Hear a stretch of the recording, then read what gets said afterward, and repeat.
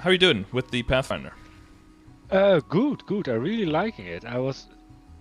Came back when the conversation started and was like, yeah, what I'm going to pick. I had one dual blader on NA reboot and was like, do I really want to keep playing this character? And I was like, let's try something else. And I found Pathfinder, but within your stream was with the link from the Pathfinder is the best class in game. And I was like, no, let's check it out.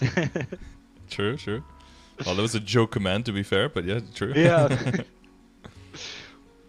And I really liking it so far. It's great for mobbing, and the bossing is it was getting used to, but I think I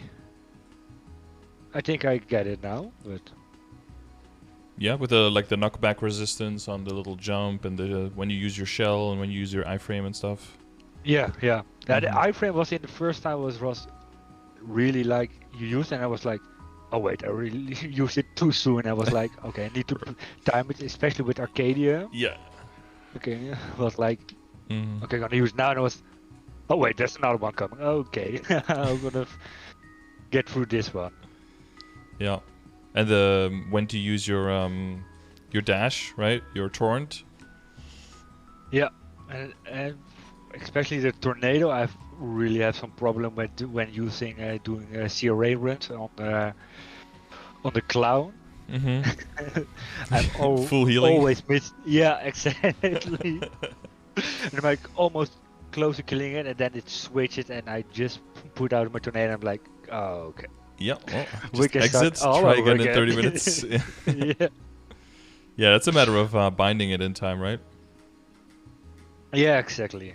So I'm working on that, but it's getting closer and closer. Okay, good.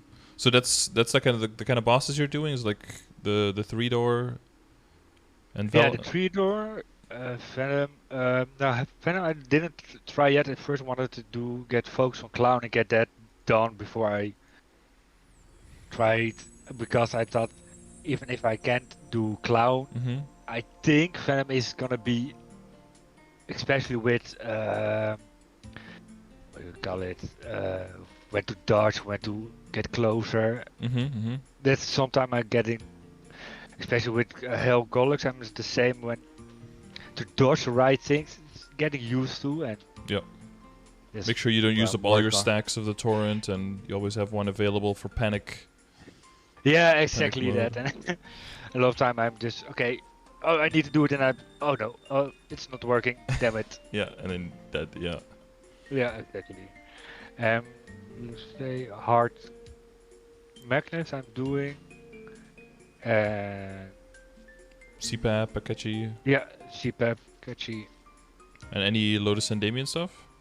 Lotus, Damien, party getting cleared, and Lotus I've now I did it 3 times I think, and I got the last 2 times I got fucked by the lasers in the first phase that I respawned and got destroyed immediately again by the laser, so that's I need to work on. But after I get out of phase 1, yeah, I just work on that right now. But when I get out of phase 1, it's going okay, so that's okay. Do you know about the torrent? Have you practiced the torrent through the lasers? Yeah, that's what I can do, but I don't know. Maybe it's my timing that I just want to spawn right back in the middle, right? Yeah, it's tricky because so if you use a torrent, there is a hitbox right in the middle of the torrent, but you're immune in the front and in the back of the torrent. So if you're gonna dash, the safest way to do it is when the laser like almost touches you. That's when it's the safest to use it. If it's too far away from you, either like sometimes you just land right, but then it snaps back and still hits you, or it hits you like if it's like around the middle, then there is a hitbox still, and then you die as you dash. So you have to like practice it quite a bit to find out like where is the right spot to go. So like on the first rotation of the laser, it's very common that the laser like starts rotating, and then like 5 seconds in or something snaps one time.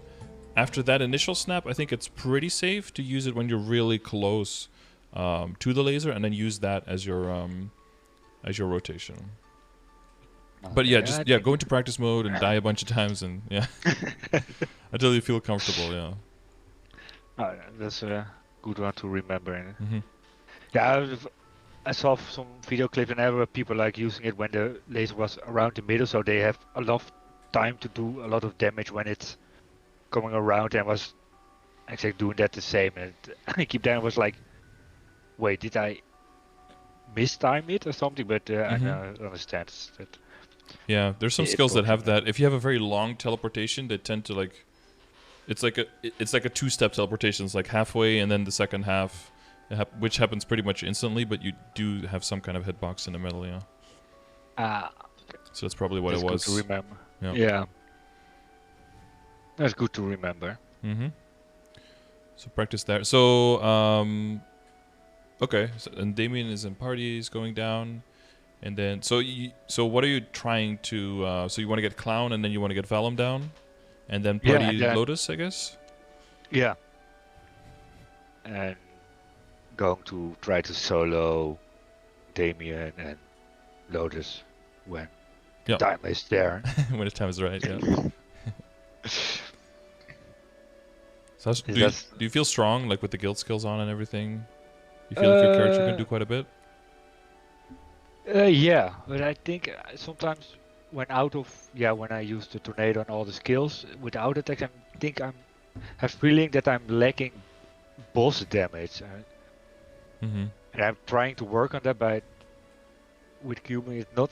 I didn't have the great lucks on On the my items. potentials? Yeah. Yeah, on the potential, that's like where I don't need to know what I don't know exactly where to work on from now on when to increase the boss damage, but also keep uh, having good mob damage. Let's Mm-hmm, say mm-hmm. that. Yeah, you don't want it to go too much expense of the other one.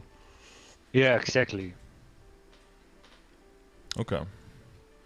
Yeah, because you are... A lot of your damage comes from your macro, and then your like your tornado, and then the burst is also pretty good with once you get your vicious shot leveled up, right? All of the extra critical damage. Yeah, exactly. Mm-hmm. Yeah, but you don't have like over the top insane burst that makes up for it, so you still need to do good DPM outside of the burst to make sure that you're carrying your weight during the whole boss fight. So let's keep that in mind for everything. Okay, your inner ability is at training, which makes sense at this point of the game. So like you need attack speed +1, so that's probably fine.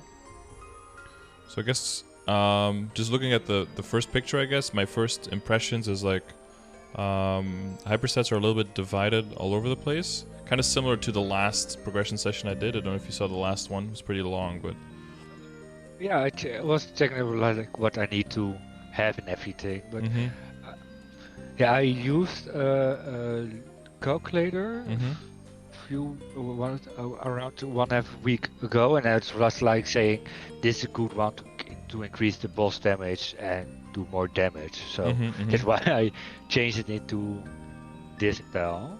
yeah, The the first time ID I is followed, definitely the first time I followed your YouTube video about it, and I was doing that, and I was like, okay, maybe I'm on a level that I need to change it around a little bit. Yeah, we'll definitely look at where your ID is at, where the ID is coming from. Because especially if you're going to do the harder bosses, then... Because you probably see when you're attacking Damien in a party that your damage takes a little bit of a hit, right? Yeah. Yeah. Not so much in CRA, but then between CRA 100% PDR and Damien having 300%, it becomes way more important to see a lot of functional IED being added. So we'll look at that. So yeah, crit and IED are like the big important ones. So let's look at all the stuff that you have going, and then let's see where we can get you. Because one of the things I did ask of you, like, what your situation was familiar-wise, and you said you didn't have much there, right? Yeah, I was working on that, and I was checking the video, and I was like, oh yeah, the familiars, and I was like looking at my familiars, and I was like, yeah, I don't Not have. worth sharing. Yeah, yeah, I don't know what. Just I don't have any luck with them. I only have one with a small increase of drop duration. I was like, yeah, it's Small drop chance or something. yeah. Yeah. But Yeah. That makes I think I have sense. just Yeah. some bad luck with getting the right familiars. There's very little good stuff to get in the beginning. So usually early on, the only thing you really want to try to get is drop rate, any kind of amount. The higher the better. Any kind of healing and IED, and then other than that, everything is just garbage. So those are the only things you do keep. So one thing that you can do early on is, because you don't get a lot of familiars from the same area. At least now with Morass and Asphera, you can get that maybe a little bit earlier. But a lot of things that you do get when you do get familiars is like they're all kind of different familiars. So the main thing to do would be to just move them all to your Pathfinder and reveal them there, in the hopes, because the IED. The one thing is, and that's the reason why I mentioned it. It's very possible that with your current setup, they say that your hyperstats. It's important that you get the IED hyperstat very high, because your IED is what's going to make you not lose a lot of final damage on the bosses, right, and do more damage to bosses. But what would also happen is that if you can get some of the IED from the familiars at this point, it would mean that you can cut down even just like 3 levels in the hyperstats would be a lot of hyperstat points that you can move into something else and get a lot of damage from, if you could get your critical damage up, the regular damage up, boss damage up, those, right? So in a way, the IED familiars will increase your damage because it'll allow to divest from the large amount of hyperstat that you have IED now, which is probably, I do believe that with your current calculation, that's probably necessary to make sure that you have enough penetration for the armor, right? That's why I think that if you could do that. So I don't know what you currently do with your familiars that you get if you're working on Legion and stuff. Yeah, I'm just transferring all to the Pathfinder and revealing them. But you said the healing HP is also worth it? Yeah, so having some kind of healing can be nice once you get into more difficult bosses, or if you're in a party and the main thing, the main struggle kind of is surviving in the beginning. Having some kind of healing familiars, if everyone has that, it can make surviving a lot easier. And then once you get the boss down more and everyone, learns how the boss works and doesn't need the healing anymore, then you can just move into IED and move into more damage later. Ah, okay, yeah. Then I'm going to save them from now. And I was like looking at that. I don't really need healing right now. Yeah, if it's like continuously heals with like no prefix, that's decent. Because the difference between like small amount, regular amount, and large amount for the healing percentages isn't a huge difference. It's like, I think it's like 5, 10, and 15% or something. So it's pretty close.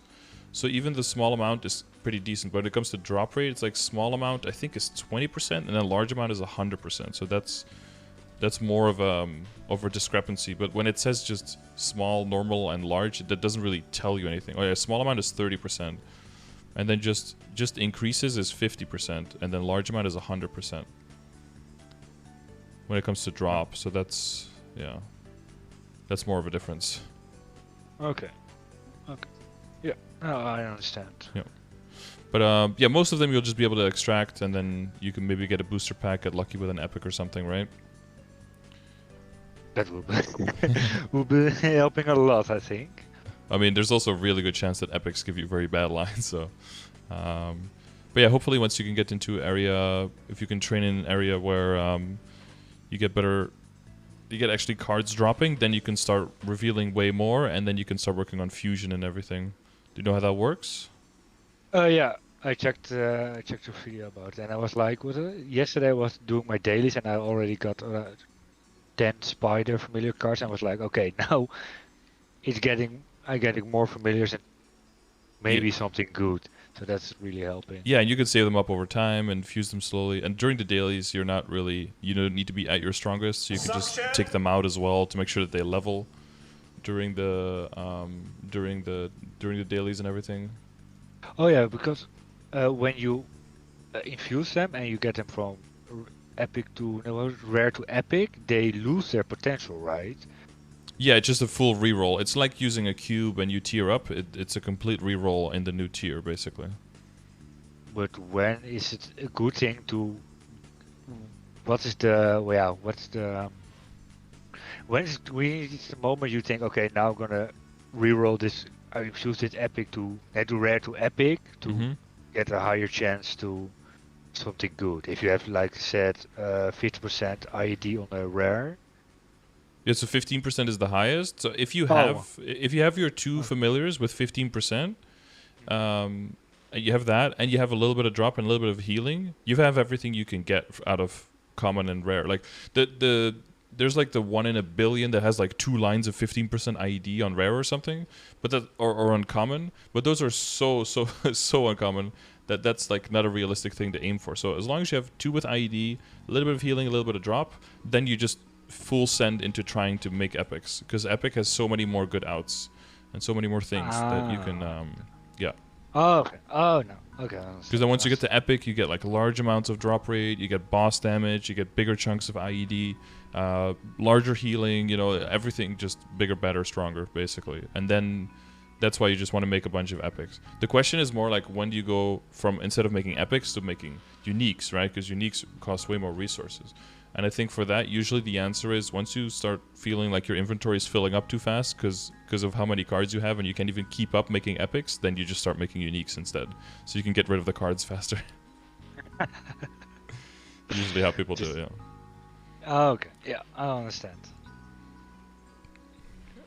But yeah, and then depending on how much IED you need at that point, maybe you want to use bossing instead of IED. And then on the harder bosses like Will and stuff, you'll typically use at least 1 healing familiar. And then this is like closer to 250, right? And then around that time, you'll also try to make sure that you unlock the third badge slot, or the familiar slot with the badges, so that you can equip 3 familiars, so you can have a little bit more. You have a combination. Do you need like 2 IED and a healing? Do you want to do 2 healing and a boss? Or, you know, depending on what you need at that point and what your party needs to survive at that point. Okay, yeah. So at that point, you want more flexibility. Yeah. So it's a good thing that you can start getting some more cards, like every single day, just from your dailies, getting like 10 or 20 cards, right? If in the new areas, that will definitely add up to a few hundred extra cards, and hopefully some more good outcomes, and hopefully those 15% IEDs come to you quickly. Yeah, that would be great, but they're really good to keep you over, like to hold you over until you can get the Superior Golix set completed, right? Because that's a really rough one. yeah, and I'm working on this going, but at least 2-3 times a week I try Hell Golix, and it's always like, when I fail and just die before, I'm like, maybe I shouldn't have done this and just grind for the coins. But yeah, grind hard for the coins. Yeah, maybe it can be. Yeah, maybe it's a good idea to kind of just hold until you make some more significant upgrades. You're like, okay, now I'm a lot stronger than I was. Maybe like, you know, a whole block of Legion extra, or like a good new potential, or like a Star Force event or something, where you see like, now I made some new gains, now I can try again, something like that. Because you're very limited in your amounts of entries, right? Just 1 entry per day, and then that's it. yeah. It's not great. Any failure is and well, again, here the resistance link comes into play again, right? Because if you don't have the resistance link, you can just get perma-clapped. You just respawn, clap, and your run could be over very quickly. Yeah, after you've probably had that at least one time, yeah. But and especially because of EU lag, if you're playing on NA, even if you have Spirit Freedom at level 2 or level 3, that is, those 3 seconds are over very, very quickly with our ping. So you probably want to get at least like level 6 or something before you start feeling it. Yeah, and what is it? The debug that you can't leave the map. So many times you respawn, you think, okay, I'm going out, buff everything up, and, and I'm like, nope. That's if so if one of those potatoes goes to the middle, and you get a purple stack on your head, then you cannot leave the map anymore. Yeah, and I always have the bad timing that when I die is 1 is very close, and I respawn is like. Yeah, okay. So if you're hanging dead, make sure that the potato who's the closest to the middle gets absorbed. And then you click spawn, so that, and then immediately you do 1 attack, kill the potato that was the closest when you respawn, and then jump out. And that should make it so that you can leave and catch your breath and wait for your buffs to come back. Yeah. It's another smart thing to do. Yeah. I was like, when I respawn, I'm just okay, go out. Yeah. Waiting for the thing to come back. That's very common also when you're starting with HMAG. You're like, okay, respawn, go, but you've quickly learned that if you do that, you just run out of all your lives, right? It's more about strategically just wait it out, wait for your cooldowns, jump back, controlled respawning versus just if you keep throwing bodies at him, like he will win. But if you do it, and Helix is kind of the same way. If you like, you want to make sure that you do it at the right time, that you stay not triggered. If you get triggered, it's very easy to lose your patience and die out. Yeah. Yeah, hard magnet got me triggered a lot of times, and I was seeing, I was watching some YouTube clip on how to kill it, and I was seeing a level 210 Pathfinder just going ham on it. Was like, what is happening to me that I can't do this? And I was like, and okay, he's almost at respawn, and then I'm just getting. He's all the way to the right side of the map, and I just need to jump all the way there. And before I get there, already got hit by a purple ball. And again, that's the resistance link again, right? If you have a longer resistance link, you can just walk through the poison fog. You can walk through the balls. You don't get any blue damage yet because you're or area damage because you're not in the blue curtain yet. There's way more forgiving to respawn in those bosses. It starts at CRA, and it's things like Vellum if you respawn at the wrong time and a tail just pops up and you're dead again. Or it's like with Czak where you just, you're already dead from a slap when the screen is still black and you're still reloading into the map. I think you'll find, and especially because of our ping, that the Spirit of Freedom link skill and leveling that up, that's going to be very important, I think, to make your bossing overall just feel less stressful and just have a little bit more wiggle room everywhere.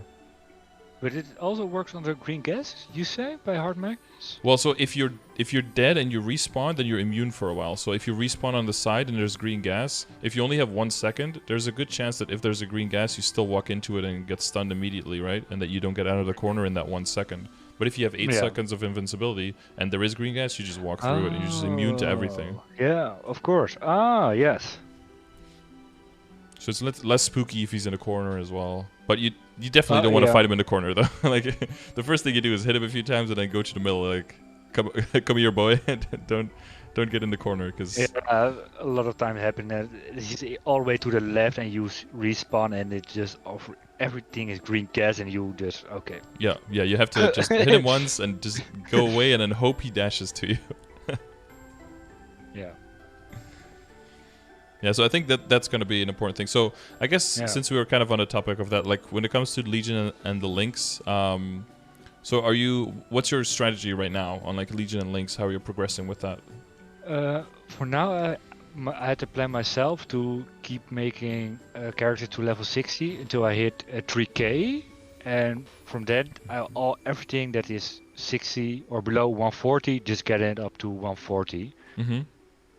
Because I thought when I have the 3k links, I have more damage and everything, and then the lower levels will be easier to get them to 140 than I try to do it all in the same run. Yeah, I think that's true, yeah. Because at 3k you get a bigger Legion grid and you get to put 5 extra characters in there. So that's a big boost from 2.5. Yeah, and I'm working with your Google Docs link about what to get, and I think the first 20 characters now, I think. Adele, almost. Fenton, Evan, yeah, the Zero and the Beast Tamer I wanted to make this weekend. Yeah, make sure, and for the people at home as well, make sure you definitely make the Zero and the Beast Tamer. Very important for progression in your account. And my plan was to Terra Burn and Ilium, but then I saw your video yesterday that you were saying, yeah, don't do that anymore. And I was like, oh. Yeah, they really made the character a lot better. And I think there are other priorities that are more important now, yeah. Yeah, so now maybe I'm thinking to Terra Burn and Demon Adventure. It's 140 right now, but I think it's easier to get it to 200 than keep getting it from 140 normal to 200. Yeah. Yeah, to 10. Yeah, because you have to level 60 times, right? If you level 60 times on a Terra Burn, then you're 200 as well, basically. Yeah. So it's about the same.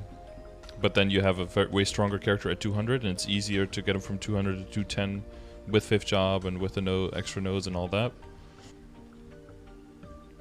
And then you can get the level 3 link, which is really big.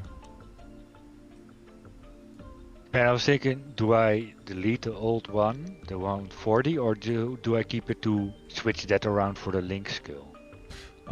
So I would only ever delete a character if it's bleeding over 40.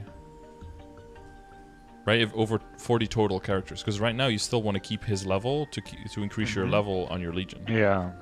It's only once this character is character number 40 plus, and you have at least 40 characters with the same level or higher, then this character's level doesn't matter anymore, and then I would delete it. So you can hold on to this for a long time, and then if the added benefit is that you can move the link skill around a little bit more, then that would be like an added benefit. But the main benefit, I think, for now is the amount of Legion that it has, and even putting it in the board extra for a bigger surface coverage, right? Because you don't have that many rank S yet, so you want it on your board as well, just for the grid bonus. Yeah. Okay. Because you probably won't have enough characters that have really good grid bonuses that will make it more important for them to be on there than for the DA to be on there. For the extra, like the extra grid bonus will be more important than the extra member bonus from another character. Okay. Okay. But yeah, I think it's a good approach. Just what I usually advise to people, and you can do what you want, of course, is just try to make like one level 60 a day or every other day, you know, whatever you feel. But just make some constant progress, and then you will see, like you said, you will see the 3K very quickly. I usually did like one character a day to level 100, but that's, you know, that depends on how much time in a day you have. And then usually once you get to 100, what I did is just log in, kill Zakum, and log out, and then do that on all the characters that are level 100, and then slowly work them all up to 140 that way. Because that way you can get some, you know, you can get some accessories, you can get some helmets that you can like wear for charm if you want to use that later, you know, for the pocket item.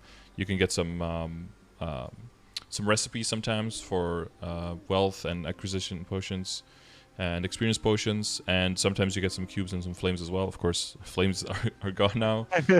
Cubes are coming back, but of course it's very low drop rate, but if you do it on a lot of characters every single day, there is a decent amount that you get a few here and there, which can help with your general progress through the entire game. Yeah. Plus, the main thing is just that the efficiency per time spent and how much experience you get is very high if you just do Zakum. And if you could do it on a lot of characters, then it's basically like you're almost permanently training on a Zakum, right? It's like really good rates, and also it requires very little funding. Yeah, I did a lot. Yeah, exactly. All the 140s I did like one Zakum run and then 7 Monster Park runs every day, and just that's also an option. Yeah, it depends on if you're working actively on the Monster Parker medal on your main. Then I wouldn't use Monster Park yet, but once your main has it, then you could definitely use Monster Park to build up your Legion as well. So yeah, if you have it already. That's what I'm working on now. That's what I'm working on right now. Is like I got them all 140, and I was like, oh, first I wanted get those 140, and then I was like, oh yeah, maybe I need to start working on the Pathfinder now for the emblem and the badge. Yep. Yeah, it's just it takes a while, so the better get started early, because it does have that IED that you want as well, right? The sooner you get started, the sooner you'll be done. Yeah, exactly. And then, you know, then you'll have all the freedom to use it when and where you want. But if you slow down progress in the beginning, it's going to be like, okay, I'm 250 now. It's like, oh shit, I only did like 10 days of each of Monster Park. And then you have to get started. And then the daily feels more tedious, and you get maybe less experience from it as a percentage as well, so it doesn't feel as rewarding, and, you know. Yeah, I was looking at your progression grid, and I was like, okay, I'm 237 now, and like, I'm not really in the box for my level, and I was like, okay, maybe I need some help from you now. What do I need to work on, because I'm missing a lot of checks. From the box. But I mean, the most important check that I don't have there on there, I guess, is fun, right? Like, you're still enjoying the character, right? So that's good. So we want to maintain that as much as possible, and just optimize what you're doing within that without taking away from the fun. I want to, you know, keep you motivated to play the game. That's that's Nexon's goal, but that's also my goal, right? I want to make sure that you are enjoying yourself. That's the hard part to do. Yeah, really, and so far I'm really having fun. So okay, good. Going great. Yeah, so for Legion links, and then so you don't have like access to all of the Legion links now, so you're basically just using whatever you can when you're training and mobbing, I guess. There's no like huge min-maxing there that we can do. Because you kind of have I mean, yeah, you just kind of use everything you have, right? Yeah, exactly. I was like, I have 13 with Kane is the last one that I'm not using right now. Mm-hmm. Yeah. Yeah, so I guess so. So if you look at the Legion link, so you're mostly working on all the yellow ones, right? Yeah, exactly. Yeah. And you're almost done with the yellow ones now? Yeah, I'm missing the Zero and the Beast Tamer. Mm-hmm. Uh,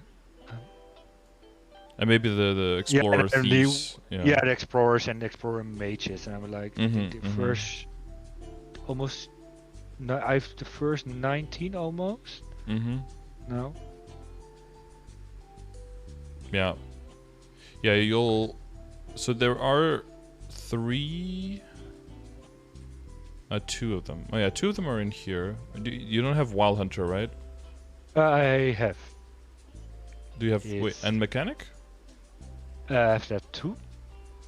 Okay, because your Spirit of Freedom is set to level 1. Oh, they were at level 60 maybe, right? Yeah. Yeah, no, the mechanic is level 60. Right, yeah. So. But you know about stacking of the link skills, right? Yeah. Yeah, okay, yeah, no problem. Just making sure. Yeah, because that's... And specifically, once you get those done, adding in the blue ones, which is not too many extra, right? That goes up to Luminous. But you do have Lumi already, I think. After Luminous, yeah. Demon Slayer, and then Blaster Battle Mage for the extra immunity. Mihal, you probably want the Mihal as well, right? I have it already. It's at 63. Okay. Yeah, Mihal link skill is changing, so that one should be just fine at level 2. That should be enough for you to get 100% uptime once the change rolls through. Yeah, so specifically for the bossing, to help you out, the Lumi DS, and then the 2 extra immunity ones from the Resistance link. Those 2 are probably going to be quite key to try to get all of those to... You could also prioritize getting some to 120, right? Just to have the level 2 link, and then, slowly Zakum from there up to 140. Because 120 might be more important now. Because once you have the 3k and you have the bigger... like when you're at 3k and you get to put those extra 5 characters in, typically there's... I mean, you fill out the outsides very easily, and then there's like not much left to do. Like you can make a bunch of level 140s into 200 so you can get 1 more grid coverage, but the main thing you have to do is just get to the next 500 for the Legion, so there's not much to do left on the characters that you already have. So maybe prioritize 120 over 140 for a little bit, and then once you have the 3k Legion, then go back to making the 140 slowly with like Sakum runs and maybe Monster Park if you have the day maxed on your Pathfinder, right? Yeah, okay, and then it's better to keep going down the list and making them 140 before I start looking at the 140s and making them 200, or is it better to making the, let's say, the first 10 to 15 200s, especially the green ones for the Legion buff, get them first to 200 before getting other characters to 140, or? What I think is a good idea, so if you really enjoy a character and you want to get to 200, then, just do what's more fun for you, right? When it comes from an efficiency standpoint, the most efficient would just be to have the whole, all of the top 40 characters that you can make, and just have all of those be level 140, because basically you'll have a few characters higher already, and then with a little bit of extra leveling, that will get you to 6k, and that will get you to the full grid. And then once you have the full grid, then you can see like, okay, how much can I fill with what I have now? And then you can look at, okay, which characters are worth getting from 140 to 200? And then maybe there's a Terra Burn, and then that basically decides for you that you're going to do that, right? Because it's just like a free 200 basically. And some characters will be like, okay, this one has a really good level 3 link skill that I need for my character, and then that will be a priority. But once you have the 6k Legion, it'll be much, much easier. Like, basically the way that you're using your 3k Legion to get everything to 140 more easily, you're going to use your 6k Legion to get everything from 140 to 200 more easily. Oh, okay. Yeah, I understand. because you'll have all your level 2 links, right? You'll have the big grid. You'll be able to fill in crit damage completely. So character, and you don't need boss damage or IED when you're mobbing. So you can go full 100% crit rate, 100% like full crit damage in the board, and you'll just be doing so much more damage when you're just grinding it out. And by then you'll have done more monster parks, so you have access to all of the monster park potions. You'll have access to more Legion coins that you build up over time, so you can maybe use those Legion boosting potions to get stronger, even if there's no event. And then all of those things will come together and help you grind out characters from 140 to 200 faster. Plus, you'll be sick of your main a little bit, so maybe they have some spare totems. Right? So you'll feel as bad of having totems. But you don't really want to use totems to get up to 140. But if you want to go from 140 to 200, totems are very useful there. Yeah, and I'm already having, like, I have 2 totems now in my inventory, and I was like, yeah, I really need to go to use it, but do I want to use them on the Pathfinder, or do I want to use them to get a few characters higher? Mm-hmm. Is that an active question you have for me right now? Like, nah, it's more for myself. I'm I need to grind, especially with the upcoming DMT and 30% off. Yep. But like, what's the best thing to do now? Yeah, maybe that answer will become more clear as we get through everything. Yeah, I think it will be. Yeah. So when it comes to Legion and links and all of that, do you have any extra questions on like the order of things or how to go about it, or does that kind of make sense? Because like your Legion board build is fine now. Like at this point, you have more than you can like put in efficiently. Basically, you want to get that 3K, so you get that bigger area, and then you can, you basically take the pieces away from the middle, like where the dex is a little bit extra now, and then move all of that into critical damage, and then the IED will become more efficient, right? Because efficiency of IED is better in bigger chunks, and just, what is it now, 6% doesn't really do that much, but if you can get a 13 chunk, that's when it starts counting. Yeah. Now, I have one question. You have some like 1 and 2 pre-saves, but how you get the 3rd, 4th, and 5th? Oh, so I was looking it up, but I couldn't find that. So I was like, I want to make one, especially for training newer characters. Yeah. I was like, wait, where do I get that? So in the Legion shop, there's a Legion preset coupon. And I think they reduced the price of that drastically in the last, I think in this patch. It was like 500 for a month or something, and now it's 150 for 6 months, I think. So it's way cheaper now. So it's like 150 coins, and then if you double click it, it'll unlock an extra preset that you can choose and just, move all the pieces around again.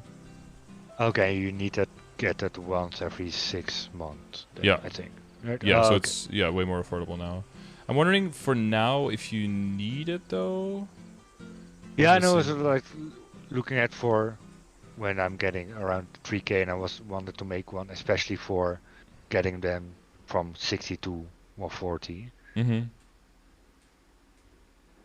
Yeah, because I think it depends on how many things you have. Because if you're mobbing, I guess for the Pathfinder, if you're mobbing, you want to focus on the critical damage because your crit rates are 100 anyway, and for mobbing you don't need to go over, and then the rest is going to go into like dex and attack, and that's it, right, for mobbing. Because even the bonus experience you don't really want to fill yet, because you need 4 filled for 1%, so that's like not very efficient. It's better to just get stronger so you make sure that you can kill the monsters quicker. But when you're doing mobbing on other characters, then you probably want to get crit rate and crit damage, and then maybe some bonus experience on top of that, because they'll probably be a lot stronger early on and be able to kill quickly. So then the bonus experience is more efficient. But you want to make sure you hit the 100 crit and the high crit damage first. Yeah, so 3 presets is probably a good idea, because then for bossing you want to go and boss an IED, and then, Yeah, it's probably an okay idea. Just, I would have said 100% don't do that like a month ago with the old price, because like every month 500 coins, like that's definitely not worth, because you're just throwing away a rank up. But yeah, if you seeing how much you have and how long that takes, and because for your personal character I think it's useful, I think it's an okay thing to do, Okay. No, then I have no more questions about... Yeah, we'll get back into like how it connects into like critical rate and IED and all of that once we go over the hyperstats as well, and then it'll kind of fall into place like what the priority for the Legion board and everything is, and what to look out for when you do make your 3 presets. But I don't want to min-max on it now, because I want to let you get the level up to 3K first, because then you'll have to redo everything anyway. I'm not gonna like nitpick your current. I'm not gonna nitpick your current setup if in like less than a week or something, you might have to like completely redo it anyway. So it's like, Yeah. it's not very useful. I understand that. Great. Okay, so Legion Links is good. Yeah, that's good. All right, and you have real sharp eyes, right? So you don't need decent. Yeah. Yep, and then Exactly. decent speed infusion doesn't do much. So your matrix, how are you doing with all of that? I think I'm good. I followed your link with the best nodes to use, and I'm now focusing fully on the cardinal burst and everything, but I maybe made a mistake with that. But I saw a stream a few weeks back, I think, where you said it's best to get them around 20, the boost node, and then work on the other. Skill nodes, right? Yep. So there's so there's a few things. So one is yes, that's true. The other thing is that so there's two main things. One is you have a lot of matrix points available, I see. So that's 12 free levels on your skills that you're not using right now. You see that I here? I was like, what's the best thing to use them on? I was like, I think I have the things I use the most, level 5 already, but I was like, what's the next best thing to use them on? I was like, I don't want to waste them. Well, so the best thing is you can't really waste them. So as long as you just level up one slot to 5 and then go to the next slot and you don't do like level 1 on all of them and level 2 on all of them, that would be wasting. But if you just do one at a time, then you don't really waste them, because if it's on the wrong node, you just switch them in the matrix and it's fine. Because you level up the slot, not the node in the slot, right? The node gets leveled up because it's in a leveled up slot.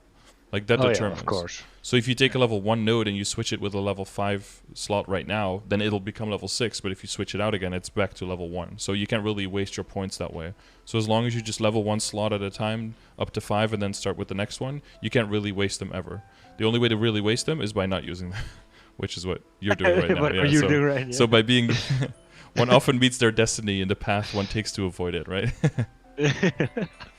So yeah, but that's not that huge of a deal. The other thing is that you want every boost node, every skill that's in a boost node, you want it to be boosted by two boost nodes at the same time, because the total max levels that you can boost any skill is 60 levels. But a skill individually only goes up to 25. So level 25 in a level 5 slot goes up to 30. So you need two of those to fully max out one skill. So in a way, by going to level 20, that is what you want to do. But there is decreased efficiency in, like, you need more nodes to level up at a higher level than at a low level, right? So if you would divide all of the nodes over more nodes, and you can do that because eventually you want to have every skill in 2 nodes anyway, then you'll probably get like two boost nodes at like level 11 or level 12 with the same experience as getting 1 to level 20. But in the one situation, you need 2 slots, of course, but you'll have 24 levels, and the other one you only need 1 slot, but you'll have level 20. But eventually, you want to go to 2 level 25 nodes. So what you need to get right now, what you need to start looking for is the doubles. So the ones that have all the skills that you have again. And then if you look at the fee matrix, you can see like which ones are kind of interchangeable. So you would never use all 3 of the trios at the same time unless you're like level 275 and you're like, I don't want to switch things around and I have so much room, right? But you'll always use 4. So there's like one set of 2 that you'll always use in both mobbing and bossing. And then the other 2, like one is extra for mobbing and one is extra for bossing, and those you'll switch out in the beginning. Ah, okay. That's a good one. So we want to move into 1 extra boost node, but which ones are the 4 boost nodes that you have equipped? Those will be different. So yeah, you'll need to get extra. Right. So you need an extra burst, deluge, glyph. I think you have those together right now, right? Yeah, that's the first one. Yeah. So it has to start with a different skill. So either glyph starter or deluge starter. Because I think that's a burst starter, right? Yeah. Yeah. Yeah. So one of those 2. So definitely. But basically, all of the boost nodes you get from now on, just like look at them, and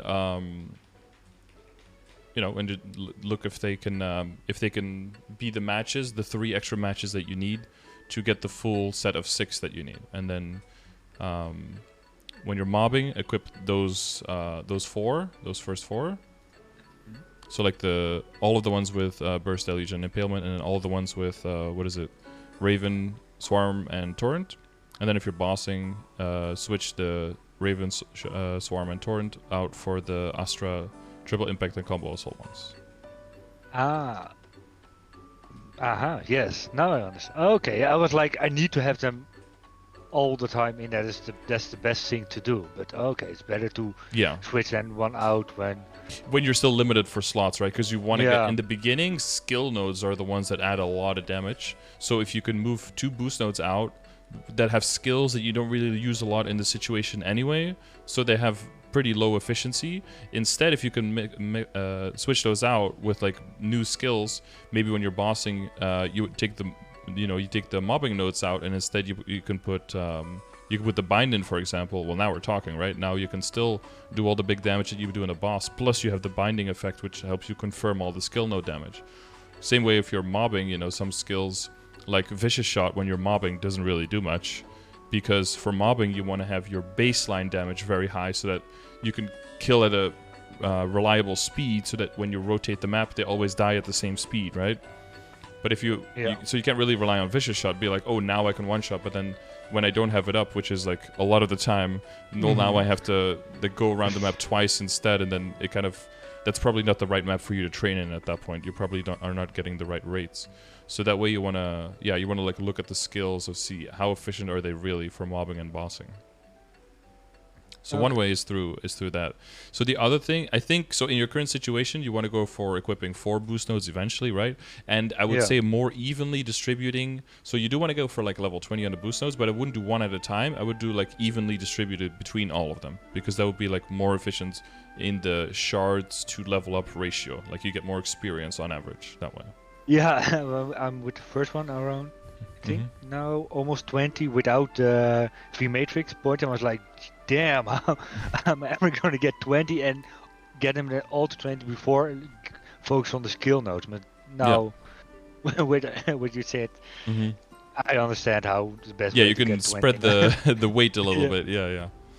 So the one node that right now that I would easily drop to make room for the extra boost node to equip, at least in your current situation, would definitely be the Decent One's Blessing. Yeah. In terms of like what everything is brought to the table, that one does like almost nothing compared to how much everything else could be doing. So like so with that in mind, right? So that would be either like a mobbing node if you're mobbing. Then let's say that you're in the bossing setup. Then so I would switch the Decent One's Blessing, and then use the 2 base boost nodes and then the 2 bossing boost nodes, and I would probably I would use the bind probably instead of the I think at this level probably instead of your bird, because your bird is only active, like the big bird, right, is only active like half the time, because you also transform him into the tornado, so then you can't even use it because the bird is already occupied and everything. So he doesn't really bring that much damage to the table right now. So I would probably switch him out for the bind. And then because all of the skills are pretty low level still, one thing you can do is you can take out Holy Symbol if the drops of the boss aren't very important, and replace that with the shell, for example, so that you get more critical damage in your burst and that you get a little bit more survivability depending on which of the big shields you're using. Or you can replace level 1 guided arrow, because that doesn't do that much damage early on. Level 1 Vicious Shot isn't that great either, but it's already doing quite a bit early on, and it gets even better. So once you get to the point where all of your boost nodes are like 20 or higher, and you want to start focusing on your skill nodes, Vicious Shot is like your main priority right there. Because it gives you higher percentage of your critical rate that gets transformed into critical damage. It goes up to 50% at max level. Okay. And I have the wheel node now in I use it a lot for mobbing, to place it somewhere in the map and focus on. keep that in also for bossing, or you said Yeah, you keep can it also switch for then? bossing as well. It's a very Oh, good okay. it's a very good chunk of Yeah. damage, and it will help you with bossing as well. Yeah, if you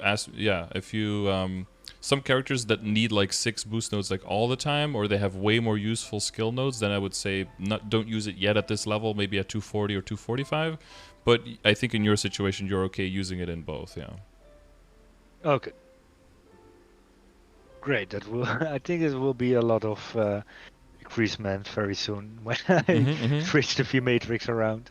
Yeah, so the main thing with this is just you need nodes, right? So if you're Yeah. currently working on the event currency and stuff, buy out all the Yeah. nodes you can there. That's top priority. Yeah. I have some question about that, but that's when we get to the gear. I think Yeah, as yeah. to.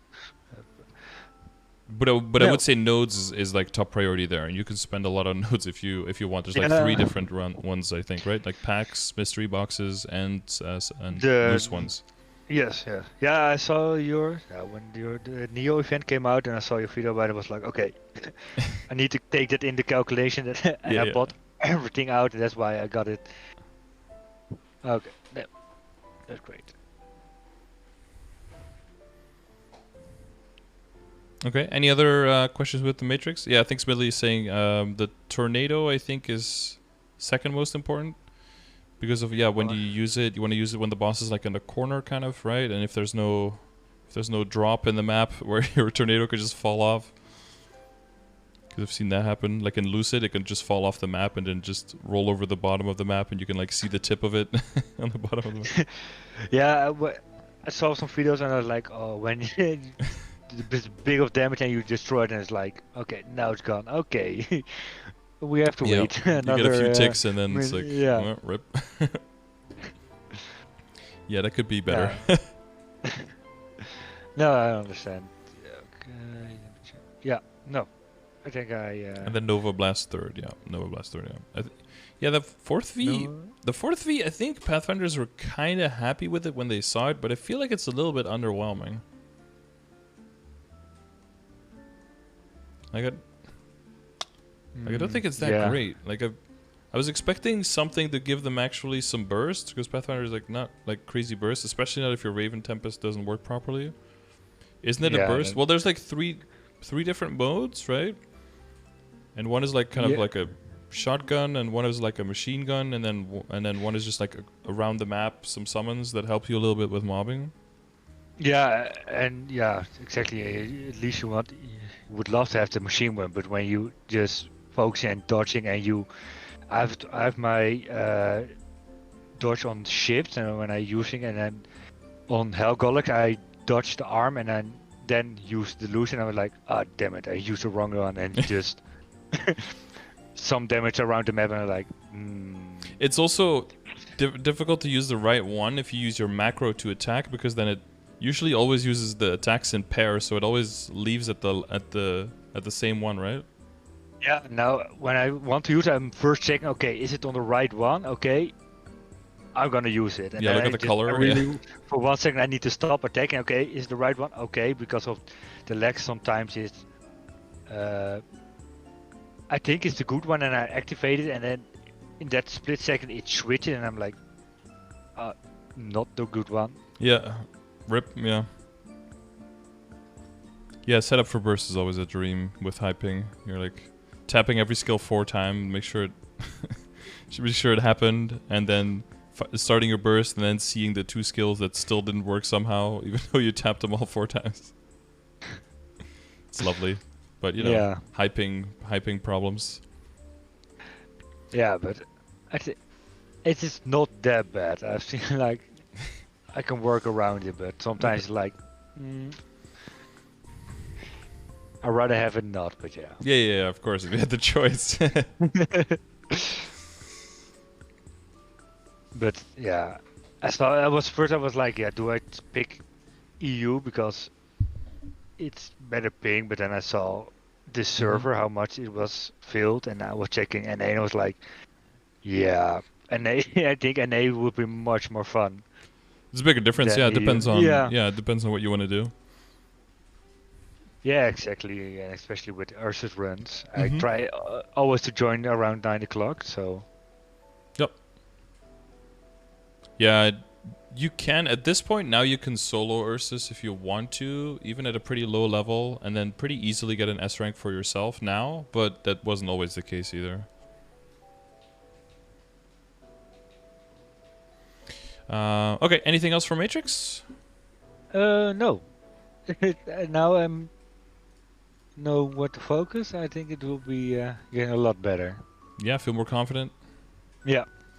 Okay, good. Definitely. So we went over familiars. That. Yeah, so with all that, yeah, with the bigger, because the thing I see is like with the bigger legion, and if you can get 1 or 2 ID familiars, you'll very quickly want to redo the hyperstats, I think, and then not have the ID be that high, and basically be it more evenly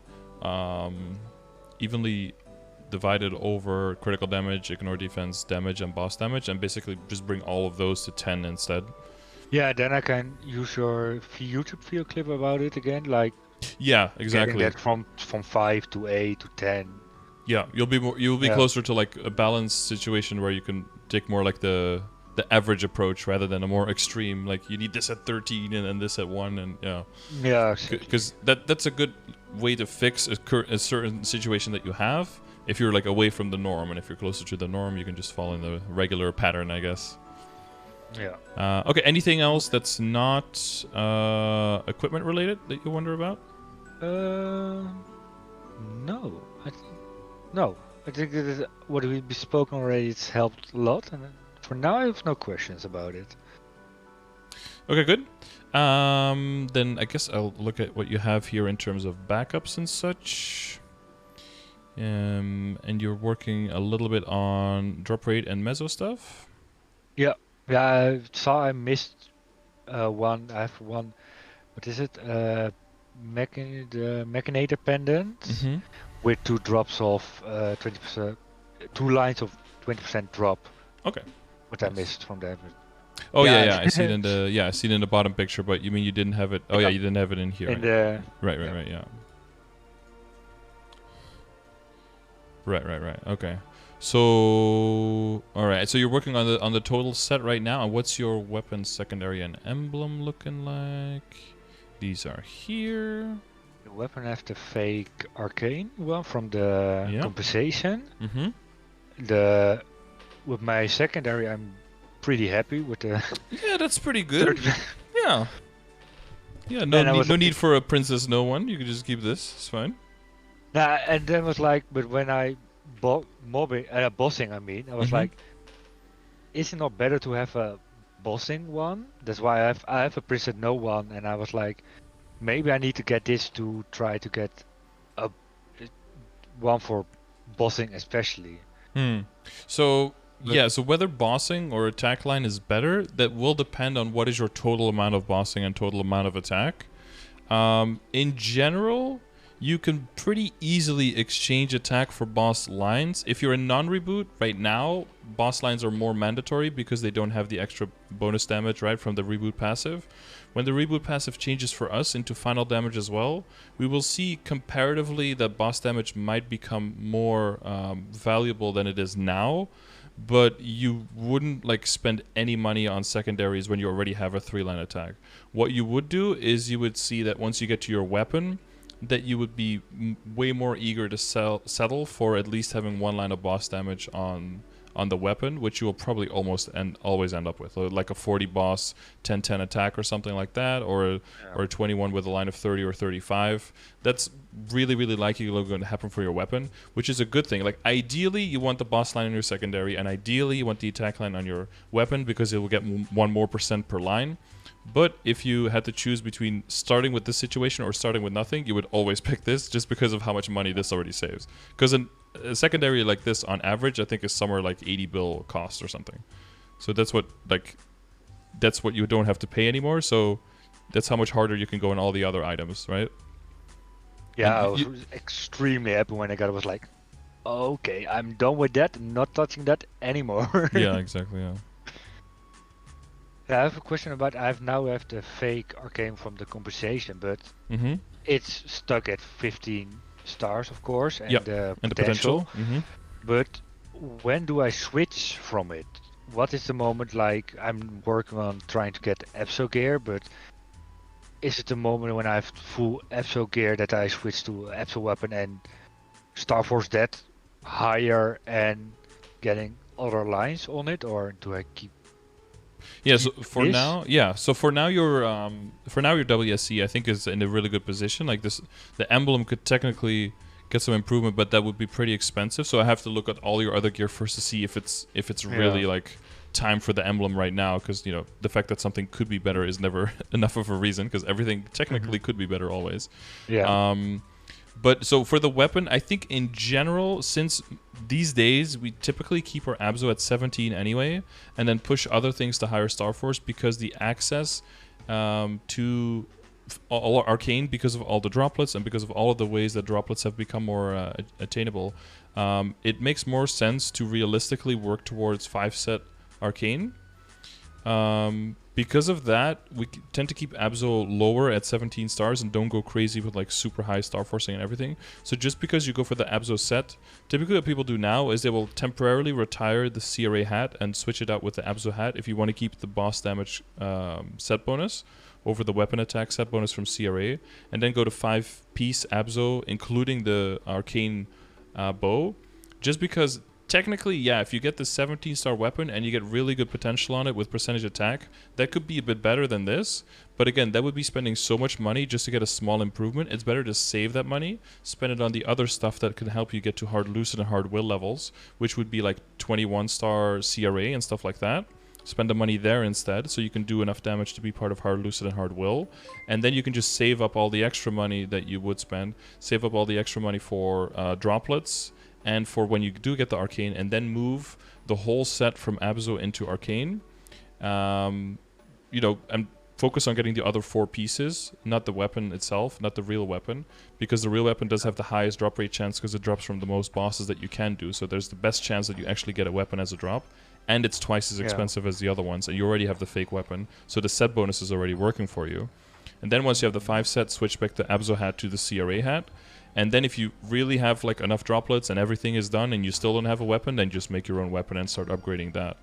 The only thing you would do all the way until there is eventually you would try to look for a little bit better flame. But other than that, your WSE, I wouldn't really touch it at this point. Okay. Yeah, looking at the flame, I was like, yeah, it depends on how many you have. This is a tier 5, which is definitely not bad, but you want to have a tier 5 plus or a tier 6 if you want to start doing like the harder bosses. If you want to do like Lucid and Will, you do want to get a little bit more, because even a tier 6 I think is 132 attack or something like that.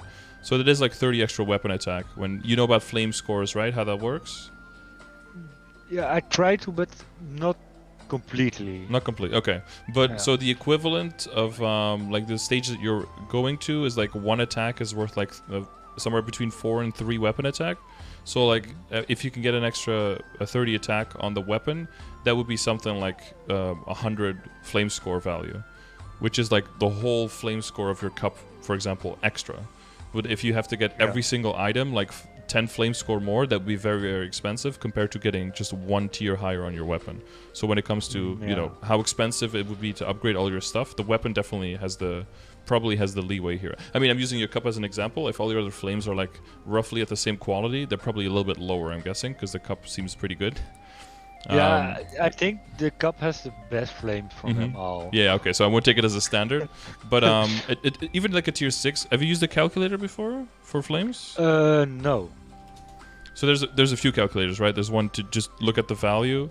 So to quickly explain like the flame score, basically like how much total strength you have, how much total dex, how much percentages of everything, how much weapon attack, all of that kind of changes as the game goes on, right? Because in the beginning you don't really have a lot of Star Force, you're relying a little bit more on like epic potential, and then you can get to legendary potential really quickly, but then, you know, the amount of stat you can get kind of stops there, but then the total amount of stat you can get goes up again once you go for very high Star Force.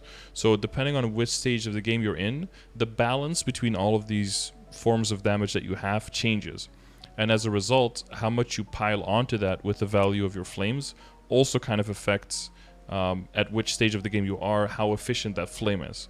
So what the flame score tries to do is it tries to translate anything that gives you any kind of damage to a certain score, as in how much main stat is this worth to you? So for you, how much dex would this be worth to you?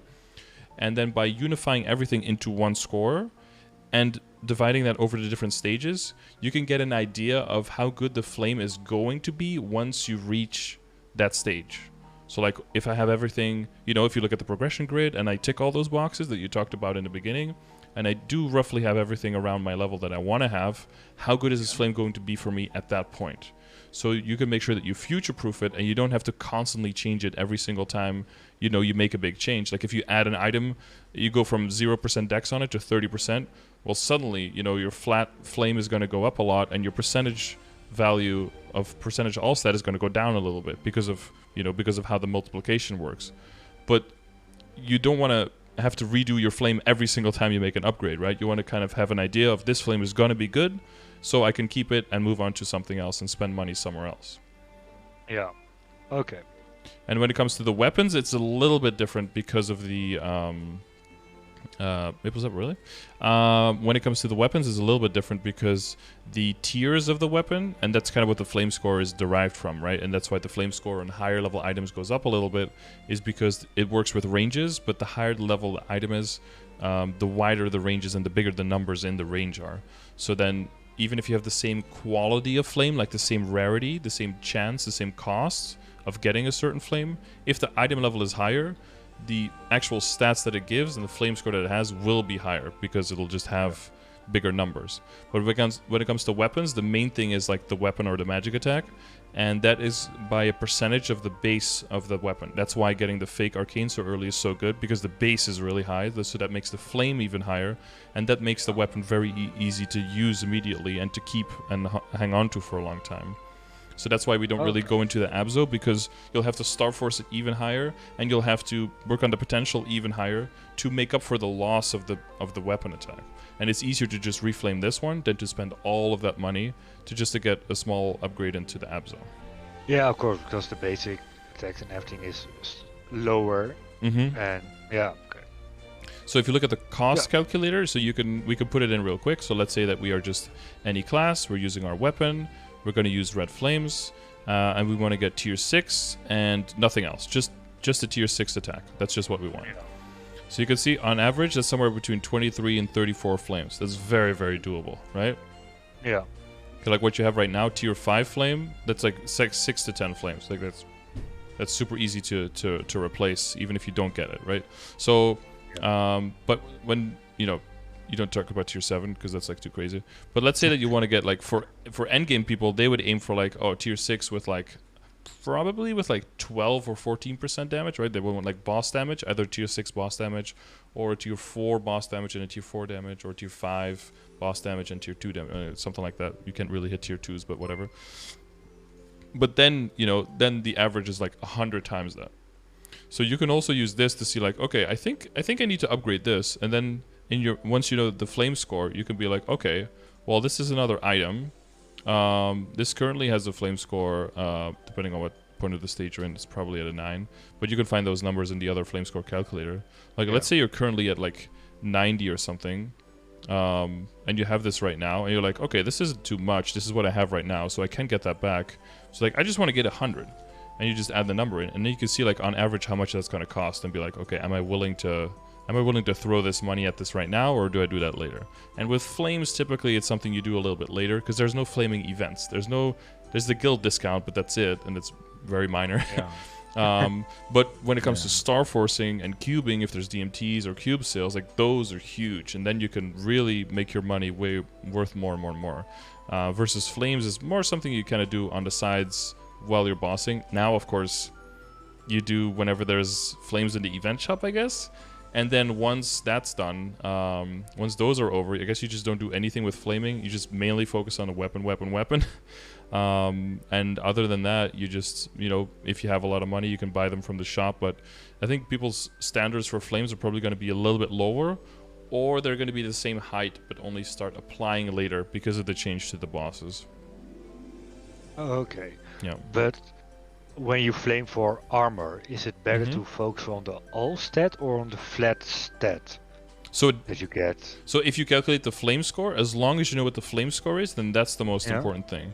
So if you're, and that's so if you use the other calculator, that's why I put all of the things that give you damage into one number, so that you can know, like, is 6% all stat better or is 50 stat better?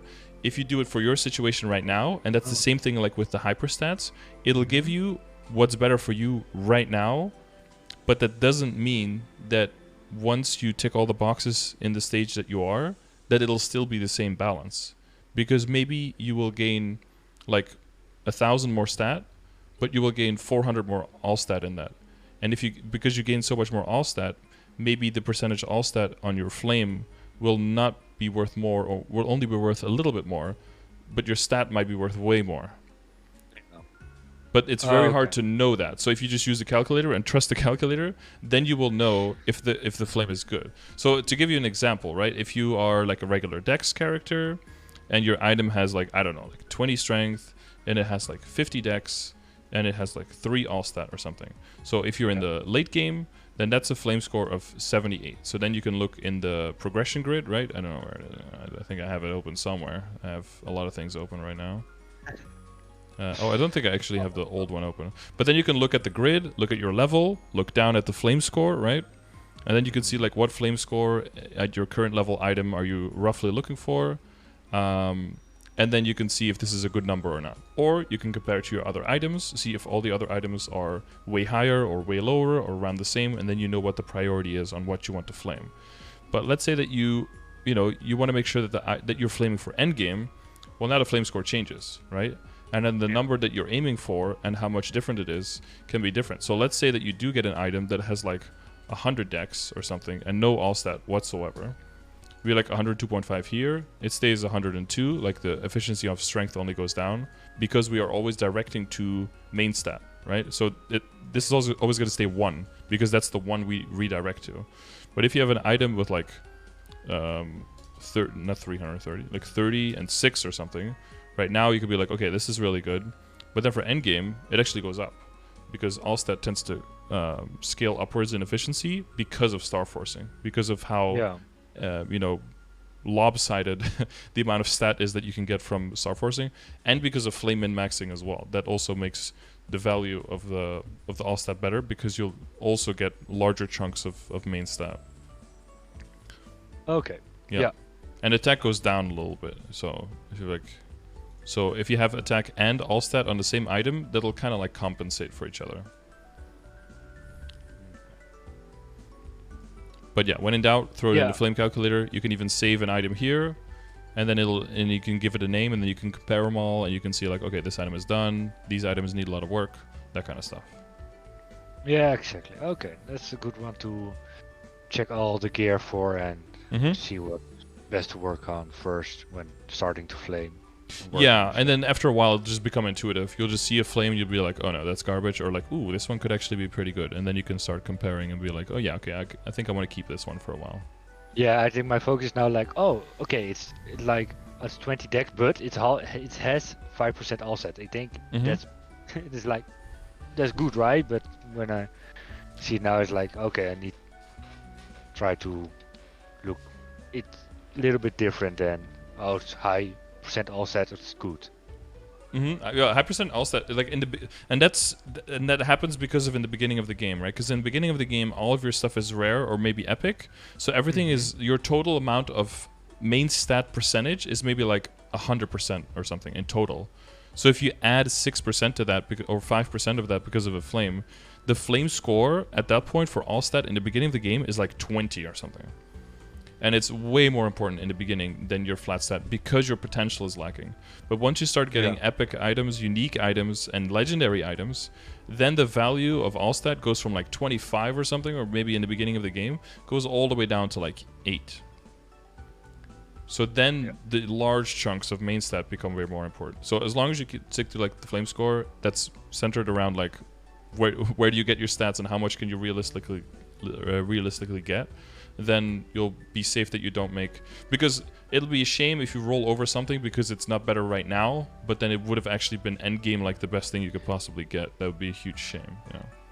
Yeah. So that's what the flame score tries to avoid. unnecessary extra spending. Yeah.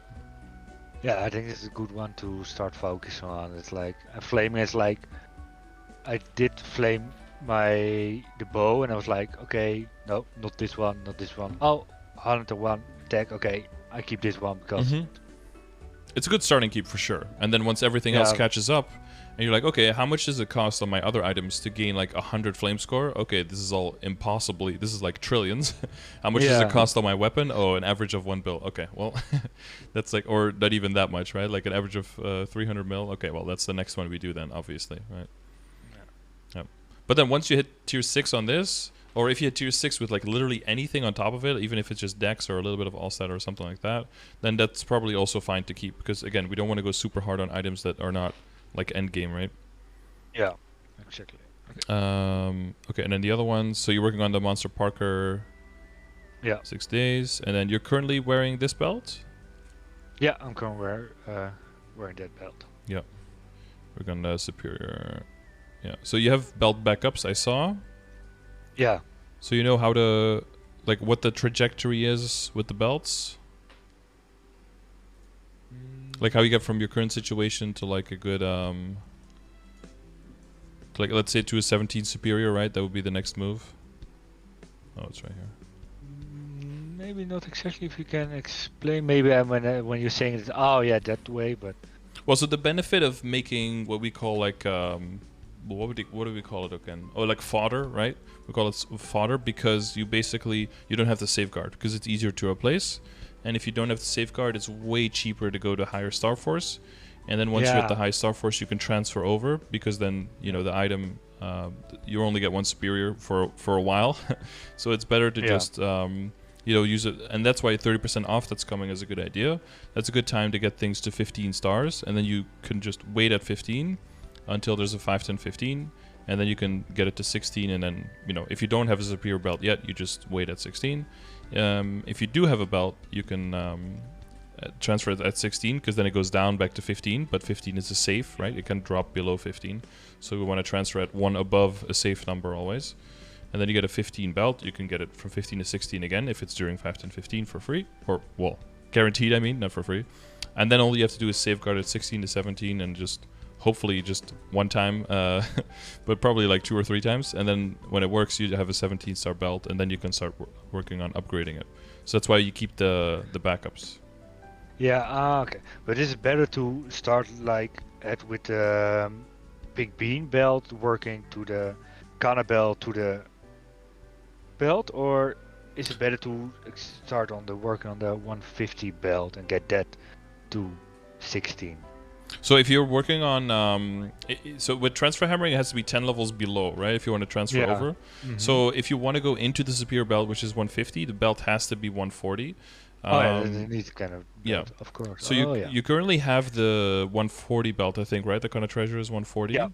So the one thing that kind of can hold you back is how many backups you can get, because if the item does blow up, which is the risk, of course, because we're not safeguarding, and you get a trace, you want to have an identical item to move the trace to. It doesn't save all that much money. It just saves time. And I guess right now, because they sped up the Star Force animation, it doesn't even save that much time either anymore, because it's like way faster now to get up there.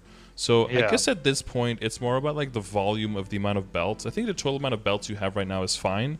I would still prefer if they're all the same belt, because then, you know, because of the spell traces, it just makes it a little bit faster and saves a little bit of money. But yeah, so if by the time, you know, if you get to like this Sunday, you have like another backup or something like that. If you can get to 15 on this belt, then it's just absolutely fine, and then you just don't have anything to worry about. And at that point, you can almost kind of just like get rid of these belts until you want to go for like a 21 belt to transfer into a superior, or a 22 or something to transfer into a superior. Until then, you don't need any belt backups, and you can very easily get a bunch of pink bean belts if you want to, right? Because it's a daily, you'll have more drop rate by then. And you can even do the weekly, which has a very good chance of dropping the ping beam belt. So by that time, if that comes around and you have like hundreds of bills, you know, to throw around for those events, then you can start gathering up more belts to go for the big move from upgrading from 17 to 20 or even to 21. But in the middle there, you can just like get rid of them, and then you don't need to worry about getting about having backups and clogging up your inventory with that kind of stuff. So the same thing goes for basically all the Superior Galax items. So for the earrings, it's the reinforced earrings if you can get those, and for the rings, it would be the kind of treasures or meisters that you make to transfer hammer over, and for the pendant, it would be Dominator pendants if you have backups. So that's mostly what you've been working on, right? Yeah, I'm working on getting, and I have now 2 Dominator pendant backups, 1 Kana treasure ring, and 1 reinforced Galax earring. Yeah. So you can do it for Abzo as well, so that you're slowly working on that. I see as well, right? So you have the shoulders, and you have the Zakum cape. Is the Zakum cape already 15? No, it's 11. But I have the Tyrant Karen cloak, and it gives the best stats. I was like, okay, I'm gonna use that for now, and keep the Zakum cape for when I switch over to. Right, for Star Force, just right? For the Star Force. Yeah.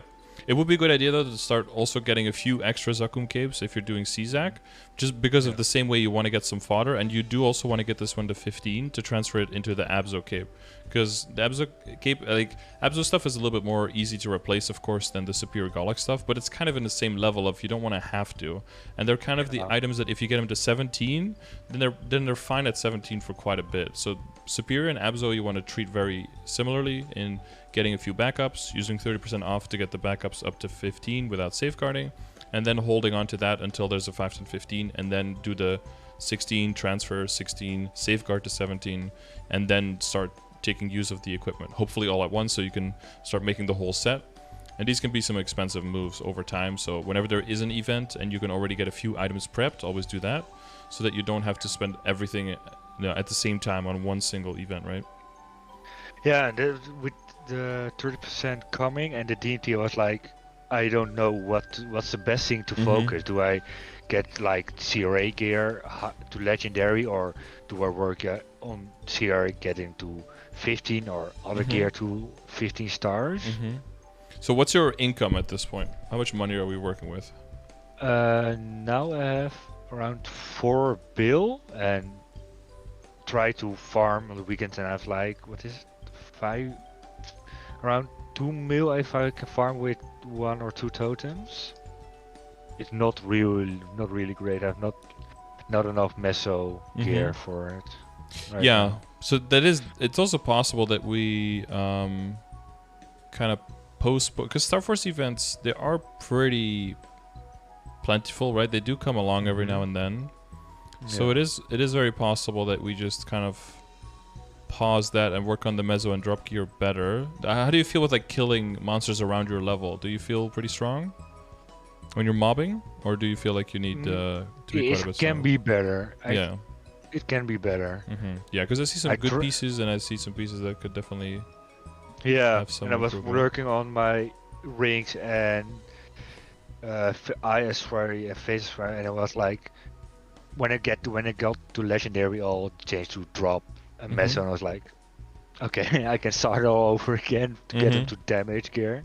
Yeah, it's a combination of things, right? So like the extra boost node will definitely increase your damage by a lot. How's the arcane power? You have enough arcane power for monsters around your level? I thought I had the picture somewhere. Maybe I didn't include that. Oh yeah. Sorry, the beginning one, yeah. Oh yeah. Like 950 around there with the current event. Yeah. Okay, so you're okay with that. Yeah. Yeah, and that's another thing also. Like if your damage to regular monsters is like not too great, but you're like investing this heavily with your hyper stats into optimizing for bossing, then that means you're losing out on a lot for mobbing, right? Because the level 10 boss and level 13 IED aren't doing anything for you. So that's like hundreds of hyper stat points that are just floating in the wind when you're mobbing. Yeah. That's why you want to get to that more normal situation so you can more evenly distribute it, so you're closer to your ideal position for all the areas. Okay, hang on. So these are the rings you're using. And then you have I have item drop rate on one of these rings. 9 dex. Oh, that's a net. Of course, you get to try to get the aquatic letter I accessory to legendary for drop, and then you roll that on deck. Yeah. Now it's Now I was damage. trying the other one to get first to legendary and get the damage, and I was like, oh, Mhm. I got Meso, and I was looking for Meso. Okay, not going to do that, and I was like trying to get that one up, and it was unique, and I did, and it was like, do I really want to get it to legendary now with these Yeah. stats? Well, those are the questions, right? Because Yeah. if you would go to legendary, how much would you go for? How much would you settle for on legendary? If it's only like 1% more, then never do it, because it's just you're wasting way more money, and that money can always be better spent on something else. You know that your Mechanator Pennant has a line of defense, right? Because Yeah. because they look very similar. As an archer, you're no, probably painfully aware that.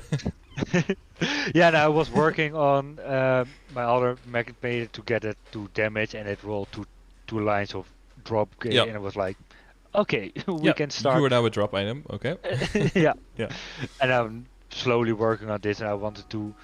Well, this is I a very used good flame, Cupid. so it'll definitely Yeah. make a good drop in it. Yeah. Yeah, I was just throwing money at getting everything high, and I was like, maybe I need to stop throwing money at everything and farm a little bit, and then have a good plan what to do next, especially with DMT coming and Yeah, and the Star 30% Force off. events. Yeah, yeah. Yeah. So yeah, that's a good point. So I think because this Sunday is the 30% off, right? Yeah. And then the DMT is next week? It starts next week until the first. What? Yeah, it's like August. yeah. Yeah. Do you have backup? You have backups for CRA, right? You have a few backups? For the. Let me check. Because that's part of it as well, right? Like, we want to be able to Star Force that one without needing to safeguard, because it is, compared to all the other stuff, decently easy to get backups for. But if you don't have backups yet, it's better to spend your money somewhere else instead of like hardcore safeguarding this to get to 15. Because getting from 12 to 15 doesn't give you much damage. It's getting from 15 to 17. That's what's going to give you the damage. And you want to be at 15 when at 5, 10, 15 rolls around. But if you're just going to spend money now on getting to 15, money that's important to progress, and you have to safeguard, and you're not going to get much damage out of it, and there's no 5, 10, 15 announced, then it's not a good idea to put that money there now. Yeah, I understand. Right? I have some yeah. backup for the top and the head, and I just have one backup for the pants. For the pants, yeah. So you know that the game is going to be like, ooh, one backup. Shit would be a shame if I were to blow your item up twice. Yeah. So you know it's going to do it. So I would probably focus more on, and not even work on like the backups for Superior Golics and all of that. I wouldn't work on that too much. I would just work on getting your drop set complete. So like 5 lines of Mezzo, 4 lines of drop, and trying to get 1 line of Dex on all the equips so that you can wear full drop and Mezzo equips when you're training. Because that combined with like working on the boost nodes and like a little bit of flame rework here and there, I think would be enough. I would also. Do you have a bunch of occult cubes? Yeah, like 1K or something. Also get everything at least to like 6%. So like your shoulder, your hat. See your top does have a 6%. Also 9 is like very nice potential always. Yeah. But like, and your cape, get your cape potential and get at least 6% on there. Just get 6% on everything, because that in total I think will already give you like 30% stat as well. And then if all the equips that you have can have, like earring wise, I don't know if you want to make a second earring or if you just want to make a hybrid earring for now. Yeah, the Will-O-Wisp earring that is in my inventory is unique right now. And I was working on it to get that Mesos too. Oh yeah, this one. Yeah, right here. Yeah. But I was throwing boss cubes on that, like, just maybe it's getting ranked up to Hail Mary. legendary. Yeah, exactly. Yeah, so what drop set would we work on? Okay, so you have currently you have 2 rings, and then you have a pendant, and an eye and a face. Yes. I have 2 pendants with the Machinator 2, that is 2 lines drop. So I've used the Greed pendant and the Machinator pendant. Right, but the With Greed pendant isn't upgraded yet, right? oh yeah, of course, yeah. Yeah. Yeah, I was just talking about the ones that are done already. So that you have 5 Oh, items yeah, right now. Yeah. And that gives you a total of 4 lines of drop and 2 lines of mezzo. Because it's 5 items and there's a double line on the pendant. Yeah, and I used the reboot Vengeful Ring that also has that 1 line of item drop rates. Yeah, that's a second ring. Yeah. Yeah. And then okay, so we want to get 2 more rings and then and a pendant and an earring. That's the 4 items we need. So we can kind of see based on that, like how much money do we need to spend on a DMT and stuff. So the pendant would probably be the Greed pendant, right? And then when it comes to rings, Yeah, I have 16k of the Neo Stones. Mm-hmm. Do I buy all the 3 event rings, or do I not do that? Mm-hmm. And So yeah, like use them those rings to make them drop / meso gear rings. mm-hmm. Yeah. So we want to look at what you currently already have and then see if that's worth like taxing onto extra, or if you could maybe use those extra stones for things like extra cubes and flames and stuff like that, right? Or maybe extra symbols to speed up the leveling of the level symbols and all that stuff. So what we want to look at right now is how many rings in total do you have, and how many of those are you reasonably going to keep using for either drop or mezzo function. So the Chaos Ring is probably going to move into drop rate or mezzo afterwards, but is still going to be used. Kana Treasure is always going to be used. It's going to hopefully become endgame and even damage ring. Reboot Vengeful is already legendary, so that's probably going to stay as a drop rate ring. The unique Silver Blossom, we could drop that one eventually. That's not a huge problem, and I think that's worth dropping if we replace it by an event ring, because that's way more base stats, and there's no set bonus going to come into play anymore. So that one we could potentially drop. So I'll count 3 there.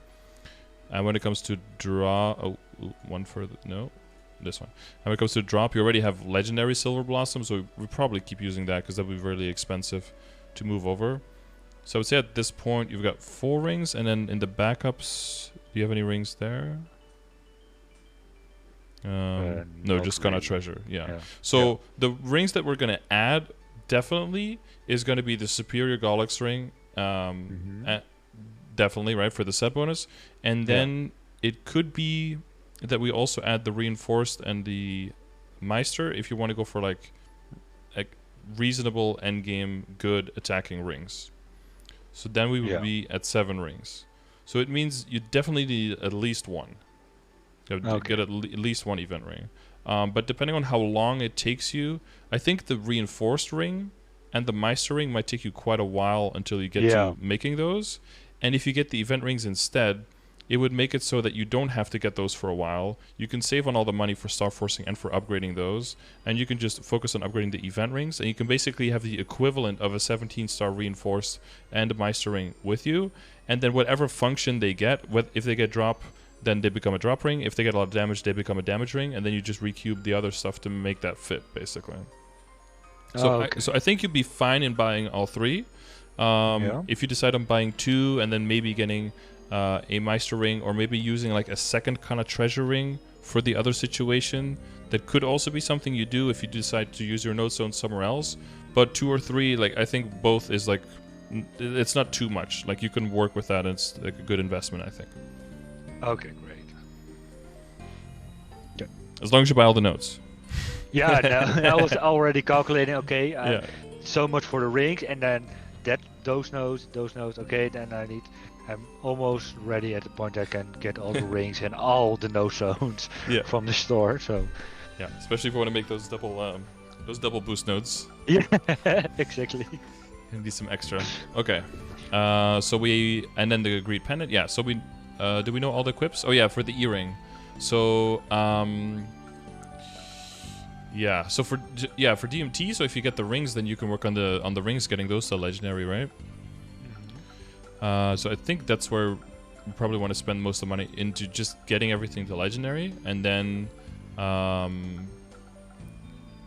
yeah, so don't buy too many cubes at once, I guess, but also don't buy too little that you have to go into Cash Hub to buy extra, because then during the hour, because then you're gonna be in the queue. Yikes. Yeah.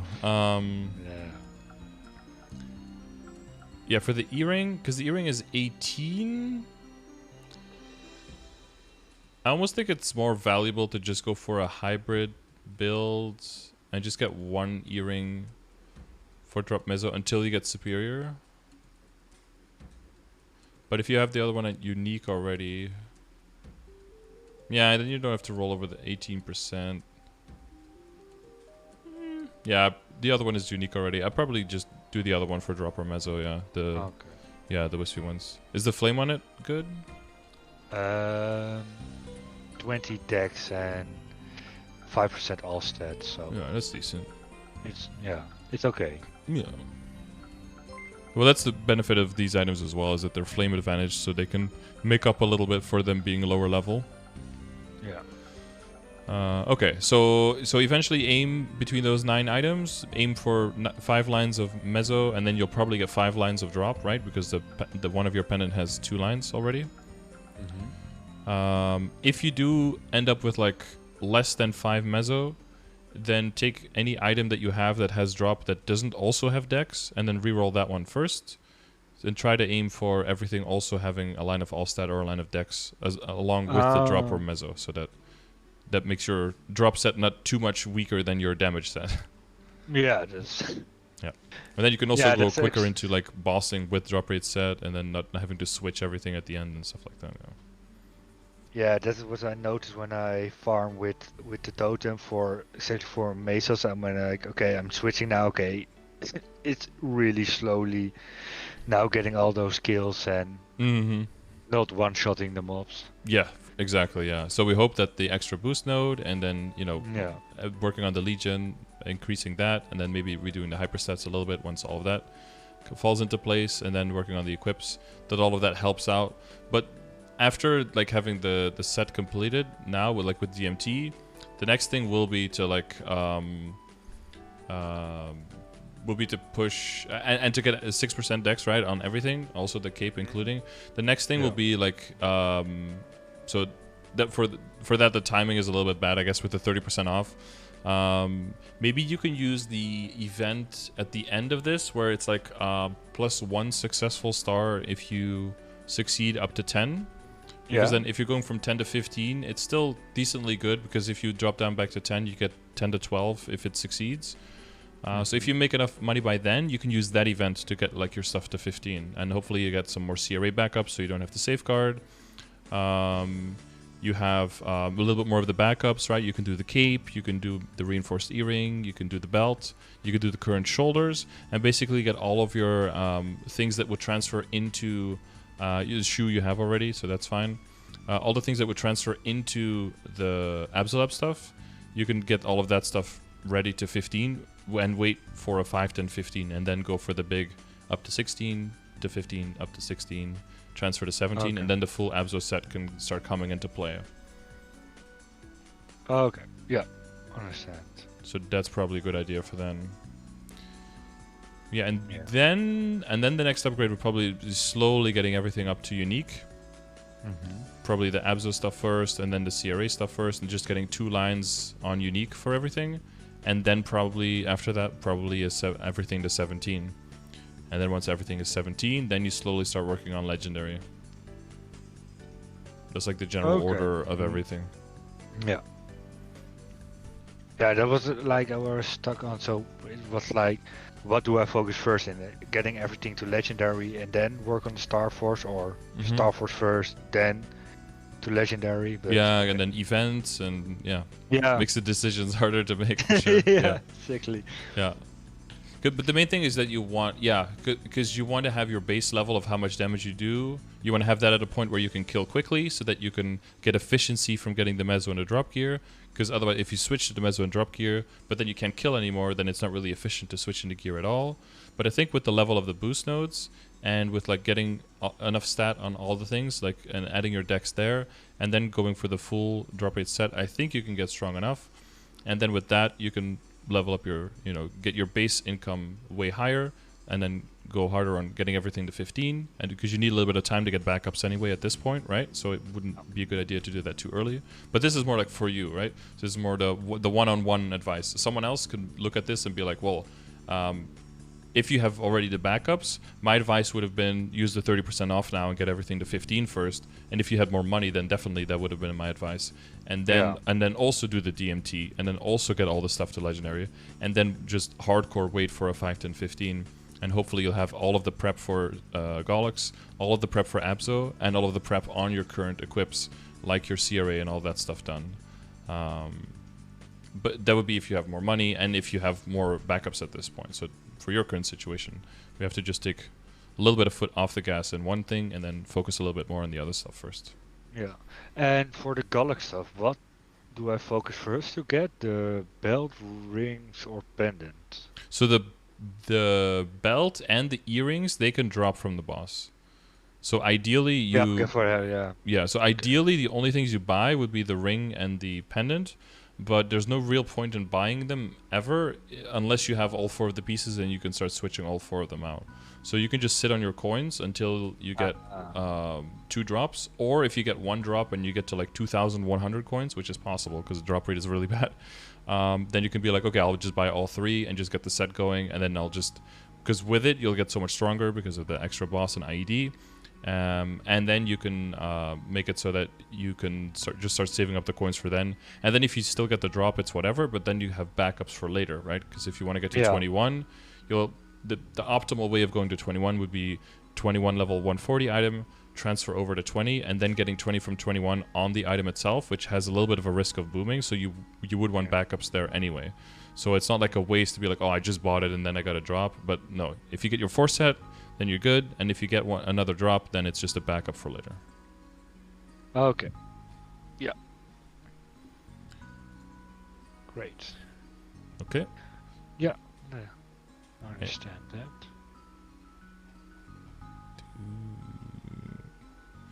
Yeah, you have the big chunk of IED, yeah, and that IED is gonna take some pressure off of the kettle. It's gonna help you quite a bit. Oh yeah, no star forcing on the cape, of course. That's too expensive. I was like, okay, let's try this to get this to 10 at least, and I was like, okay, that costs a lot of measles to do that. Yeah. Let's just not do that. Let's not do that. Yeah, and you can start booming past 5, and yeah, no. Yeah. Not great. Now it comes with great base stats. That's already just what it's there for, right? It says because of the base stats, it basically takes a spot in a set bonus. Yeah. But you still want to get the, epic 6% on there, just a little bit extra for everything. Okay. Yeah. Okay. Anything at all that you can think of right now that still isn't completely clear?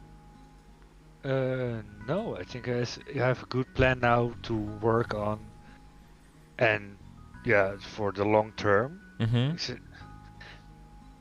I think when I'm done with that, I think I have a better understanding to what to focus on next. Mm-hmm. To work. Yeah, I mapped out the long-term general steps a little bit as well, right? So for that, you basically just look at the events every time, look at the Sunny Sundays and see if there's any events coming, and then you plan around that. If there's no coming, just save. Or, then what you can also do, if there's no events coming for a long time, or there's one coming soon but you don't have enough money, then what you can also do is like look at the flames and go a little bit deeper in there and see, okay, which flames can be a lot better right now. Because you do have some potential, especially once you have the full Abzo pieces. The flames on Abzo can get pretty good. Like your glove, for example, that could be quite a bit better. And then the CRA hat is really good, but the pants and the top are not very good. So those could be better flames as well. Ideally, you get them like at the level of the cup, but even a little bit lower than that is fine because those are quite good. But like where the hat is at, that flame, like that's really good. If you can get something similar to that on all the Abzo pieces and on the top and the bottom, then that would be really nice. But that would be something that like I said, like that would be something I do if there's no no Star Force event inside, and there's no cubing event inside, then you can go a little bit more on the flames. Okay, and the flames won't drop a massive gear, just leave them to don't look at that, or you say focus on them to keep the damage up when dropping massive gear. I think they're all like okay enough to keep. That could be something if you're really well. If you can choose between increasing your flame score on gear that you use for mobbing and bossing versus gear that you use for mobbing only, then you always want to focus on the mobbing and bossing gear first. Yeah. And that gear also has higher level. Like I said, it's mainly going to be the CRA and the Abzu gear. It's higher level, so it has higher potential, and it's going to be used for both. So the value you get out of that is just going to be way higher than if you use it on like the drop rate aquatic letter I accessory or something. Yeah. So you can do that, but it's like much later. And mostly by that time, you'll be so strong, you'll have so much arcane power, so much stat, so much high star force that you won't need to anymore at that point. So that's usually why drop rate is fine to be equips that are just bad, like the greed pendant that just gives you nothing, because it shouldn't be giving you damage. The thing that should be giving you damage is your weapon, your secondary, your emblem, your boost nodes, your arcane power, and then your CRA when it goes to high star force, and your Abzu gear. Like that makes sure that you can kill things, not how much is the star force or the star force or the flame on your pendant. Like that shouldn't be the difference maker. Okay. Yeah, I understand. And what about commercy? Yeah. Pendant, because for now I'm not doing anything for that. I was like, I was looking at it, was like, does it fit in my time I have for dailies and everything? And I was like, not really. And I was like, do I really need it for now? I was like, it's all 160, so I just not really. But is it something to start working on, or? Yeah, it's expensive right now, right? So it mainly comes into play. So once the Superior Golix set is complete, and once you're going for 17 star there, the boss accessory set falls apart completely, and then you want to also go to 17 stars on like the Sweetwater eye and the face, and replace them, replace what you currently have with them, because the higher star force plus 15, that's where all the weapon attack and all the stat comes from, and that'll overpower the loss that you get from the set bonus and from the flame advantage on those items. So it might be a good idea to start working on leveling up your boat. I don't know if you've seen the commercy command in my chat, but it's like a pretty slow process, but you're not really focusing on making dineros, but just leveling up your boat to the highest level. And then once you have at the highest level, you can make a lot of dineros per day, and then you can build up a huge bank of dineros once you want to start star forcing like past 17 and stuff, because that can get pretty expensive. And the same thing goes for the pendant and for the eye in the face. It's all kind of at the same position that you don't really need to worry about it until you're trying to get things to 17. And once everything is like 17, that's when you start thinking about like transposing Dominator Pendant into the pendant, because that's when you're going to get the combination of Superior Golix and then a transposed Dominator into Sweetwater as your two damaging pendants. Yeah. Oh, okay.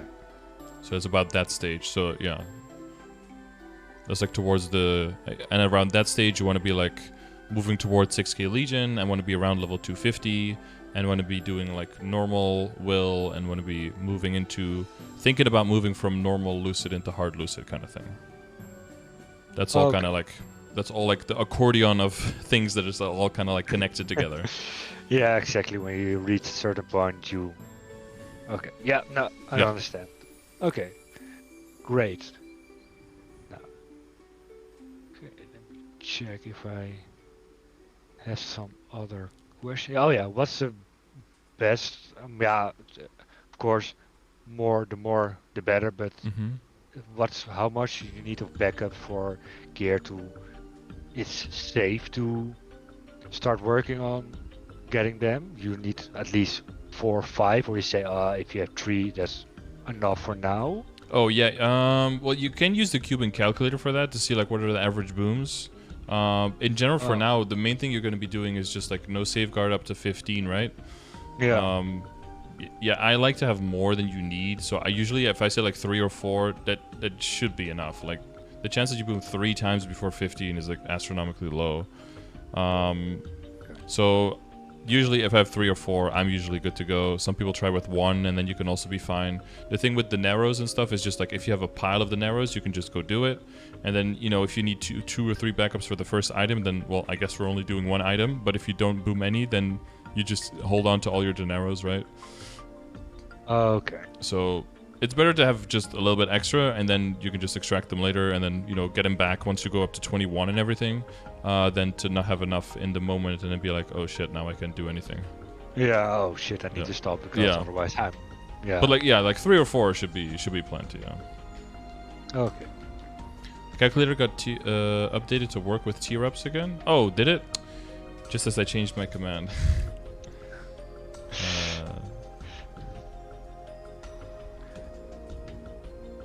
He added it again. Okay, well then I'm gonna edit my command again. But yeah, make sure to you should check out the commands, or if you ask someone in chat, they'll probably link you the command and be like, "Yo, check this one out," because there's a lot of them out there with a lot of information.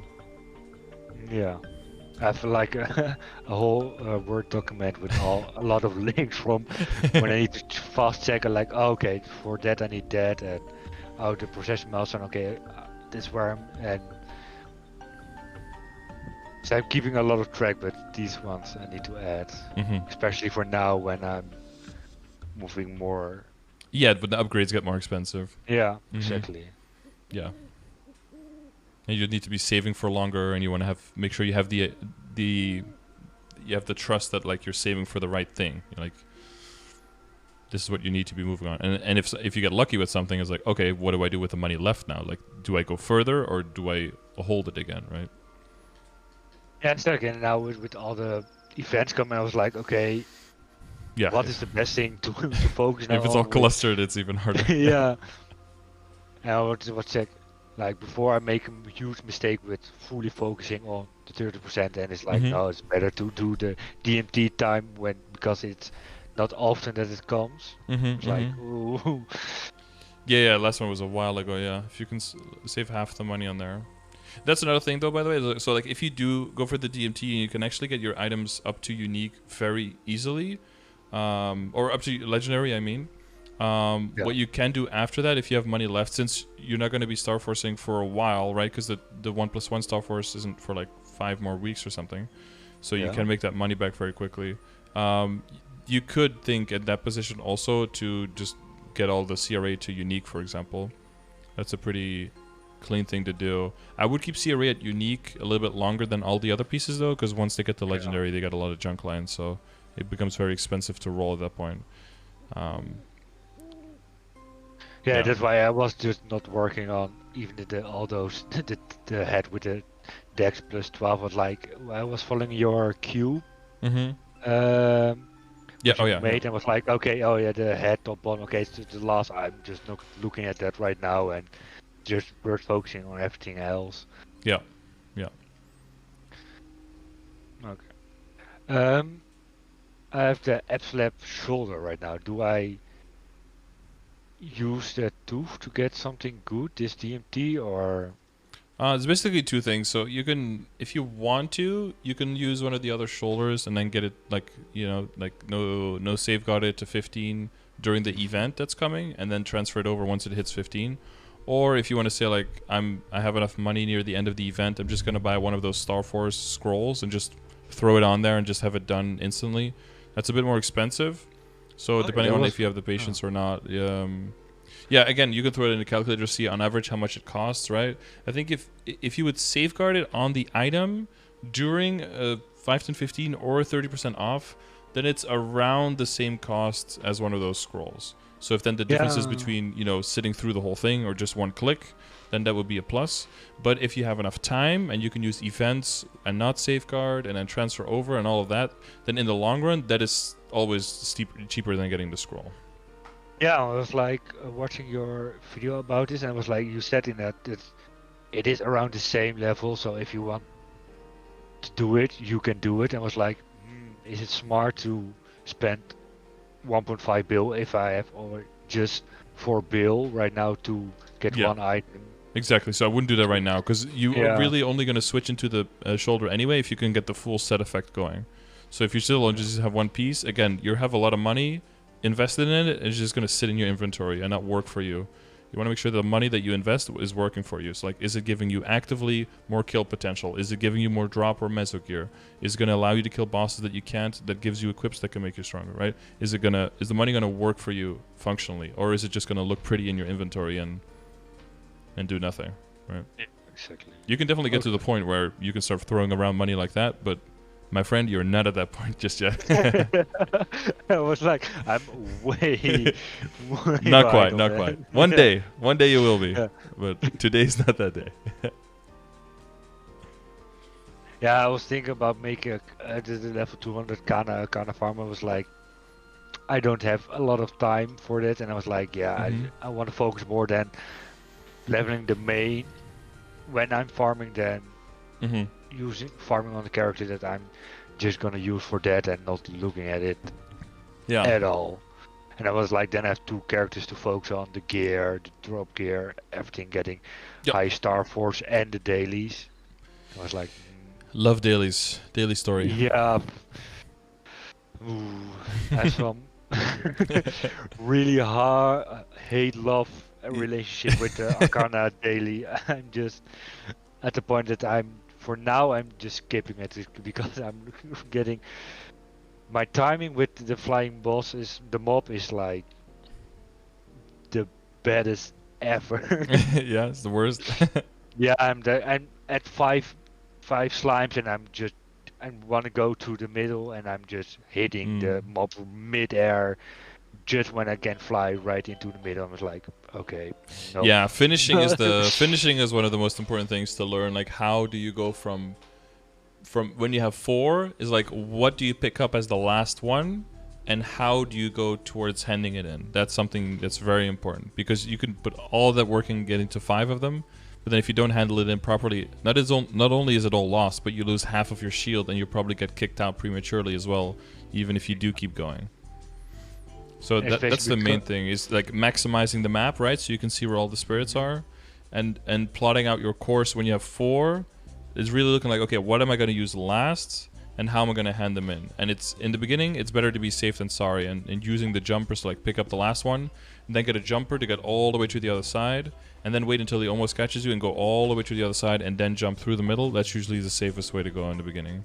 Because down jump can malfunction, and sometimes you have to down jump 3 times before you go down. What I like to do is like I like to jump from the side to the middle, but then don't go down the exact middle, but go to the sides of the middle. So like down jump on the one platform below, and then walk just walk off on the right side or the left side, like just off the middle, and then flash jump towards the middle when you get near the end, instead of down jumping through the middle, because I feel like that goes wrong the most, especially the higher your ping is. Yeah, and a lot of time I'm jumping down and I'm walking through it, and I hit the trampoline, and I'm just flying across the map. Yeah. Like, remember, you want to use those a lot, but to your advantage, right? So if you do hit if you do hit the trampolines, like you call them, you can flash jump in the opposite direction to kind of stop your momentum, and you can use torrent as well to just completely stop in midair, right? You can use them to like, boom, go up in torrent, use the momentum from the jumper, then go up in torrent, and then boom, you lose all your momentum, and the torrent movement is the only thing that's left. And then the attack from torrent can also already kill the root maybe, and then let you pick up the guy, and then you have kind of like a 2-in-1. Yeah, my torrent management in the daily is not that good. A lot of time I'm just smelling, oh shit, it's I'm out of it. I'm like, oh god, where do I need to go now? Yeah. But yeah, maybe the minimap. I didn't thought about that one to use to get a better planning. Yeah, because the minimap isn't maxed out in the beginning, and you can't even see all the spawn locations. I have a video for that as well under Spirit Saver. I put it in the chat right now. Oh yeah, I thought I saw the one. That's where you said also that the left top one doesn't work all the time, right? Yeah, there's something weird when sometimes you're standing right on top of him and you're like smashing the key, and you just won't be able to pick him up sometimes. I think left top and right top like synchronized the symmetrically. They don't work perfectly. No. Yeah, you have to be super careful. I witnessed that a couple of times, and I was like, okay, I need this last one, and I'm just walking through it and smashing my space bar for it, and then I'm moving along, and I'm like, why do I still have 4? And I'm walking back, and I'm like, oh, it's gone. Wait, what? Oh, another thing is I don't use spacebar for NPC chat. Ah. That's to I use the Y key for NPC chat.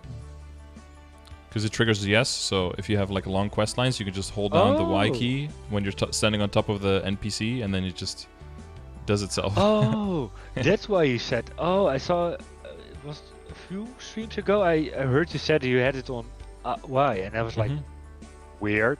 Yeah. But oh, of course, yes. Oh, maybe I need to switch it around. I have my Raven Tempest on Y now, but maybe it's a good one to switch that around. Yeah, but some like my mom also said, like my mom generally has it, but she says like for picking up the spirits in Spirit Savior, the Y key is not very good because it's like a little bit further away. So whatever works better for you, of course. But for conversations and for quests and stuff, the Y key is master race. You can blow through all the conversations super fast. Yeah, well, I always when I see you using for the reward point, I was like, Jesus, how the hell do you go through them so fast? Yeah, that's the trick there. Yeah. Ah, okay. They're gonna change that though, that you can redeem them. I think 10 blocks at once, so that will speed that up. But until then, the Y key is still saving a lot of time. Yeah. Yeah, that's a good one to remember too. I'm learning a lot, not only gear wise. Yeah, just many aspects of the game we can progress on. Okay, well I think we're at the 2-hour mark now almost, so yeah, if we are good to go. Yeah, I don't have any more questions. No. Okay. I think everything's great. Thanks for your help. Yeah, no problem. I really appreciate it. Okay, well I'll wish you the best of luck as always, and I'll see you in chat if there's anything, and yeah, there's some other helpful people in chat as well, so always be someone very helpful in chat. I will think about it. Remember it. Thank you very much, and see you around. I will see you around. Bye-bye. Bye. Okay, cool. Okay, why am I sparkling over here? Stop sparkling. Green, go away. My lighting is off. What's going on? It's green sparkles! If I go to this, does it sparkle? Where's MapleStory? MapleStory! Oh, there you are. Okay. But yeah. As always, hope this was helpful for you. So, like I said before, some of these things are specific, very specific to a situation. Other things in general, like when do you upgrade things, when do you make certain expenditures, that is pretty general. But it all comes down to backups, especially if you're working up towards those items that are very hard to replace, or those items that you do not want to have to replace. Doing those Scrapyard and Dark World Tree weeklies is not everybody's most fun way of spending their weekend. For most people, it's one of the worst things. So plan around that. Make sure that you don't have to do that excessively by not risking blowing up your items. And yeah, with all that being said, I hope this was helpful for you. And let me know if it wasn't, and let me know if it was. If you want one of these sessions for yourself, check the description of the video. If you want to join the NA or the EU Scardor Guild, there's also a sign-up sheet link for that in the description as well. And lastly but not leastly, if you have battle analysis numbers for me, monster skill per hour, or training videos in Tenebrous or higher level areas, send it to me as well. Link for that is also in the description of the video, so I can keep making good inputs for people. We're currently working on the daily command. We're updating this one to make it match the current situation of which pieces of the content of the game can you do at which level. And I'm working on a quick sneak peek of a new progression grid of which levels are which stage of the game, of course with the level cap going up to 300, new boss, access of droplets, access of arcane gear, that kind of stuff, and the moving backwards, of course, of the superior gear of Gollux. All of the stages of the game and what numbers you want to have at which stage have been moving around a little bit, so I'm working on those two things, and your input can help make that more accurate, as well as the class picker that we're still working on and that we're picking up again. We're going to be working on that application for the Scardor.com website, which hopefully will launch soonish. So yeah, for that and much more, check out my other YouTube videos and check out the playlist for more advice like this, and I'll see you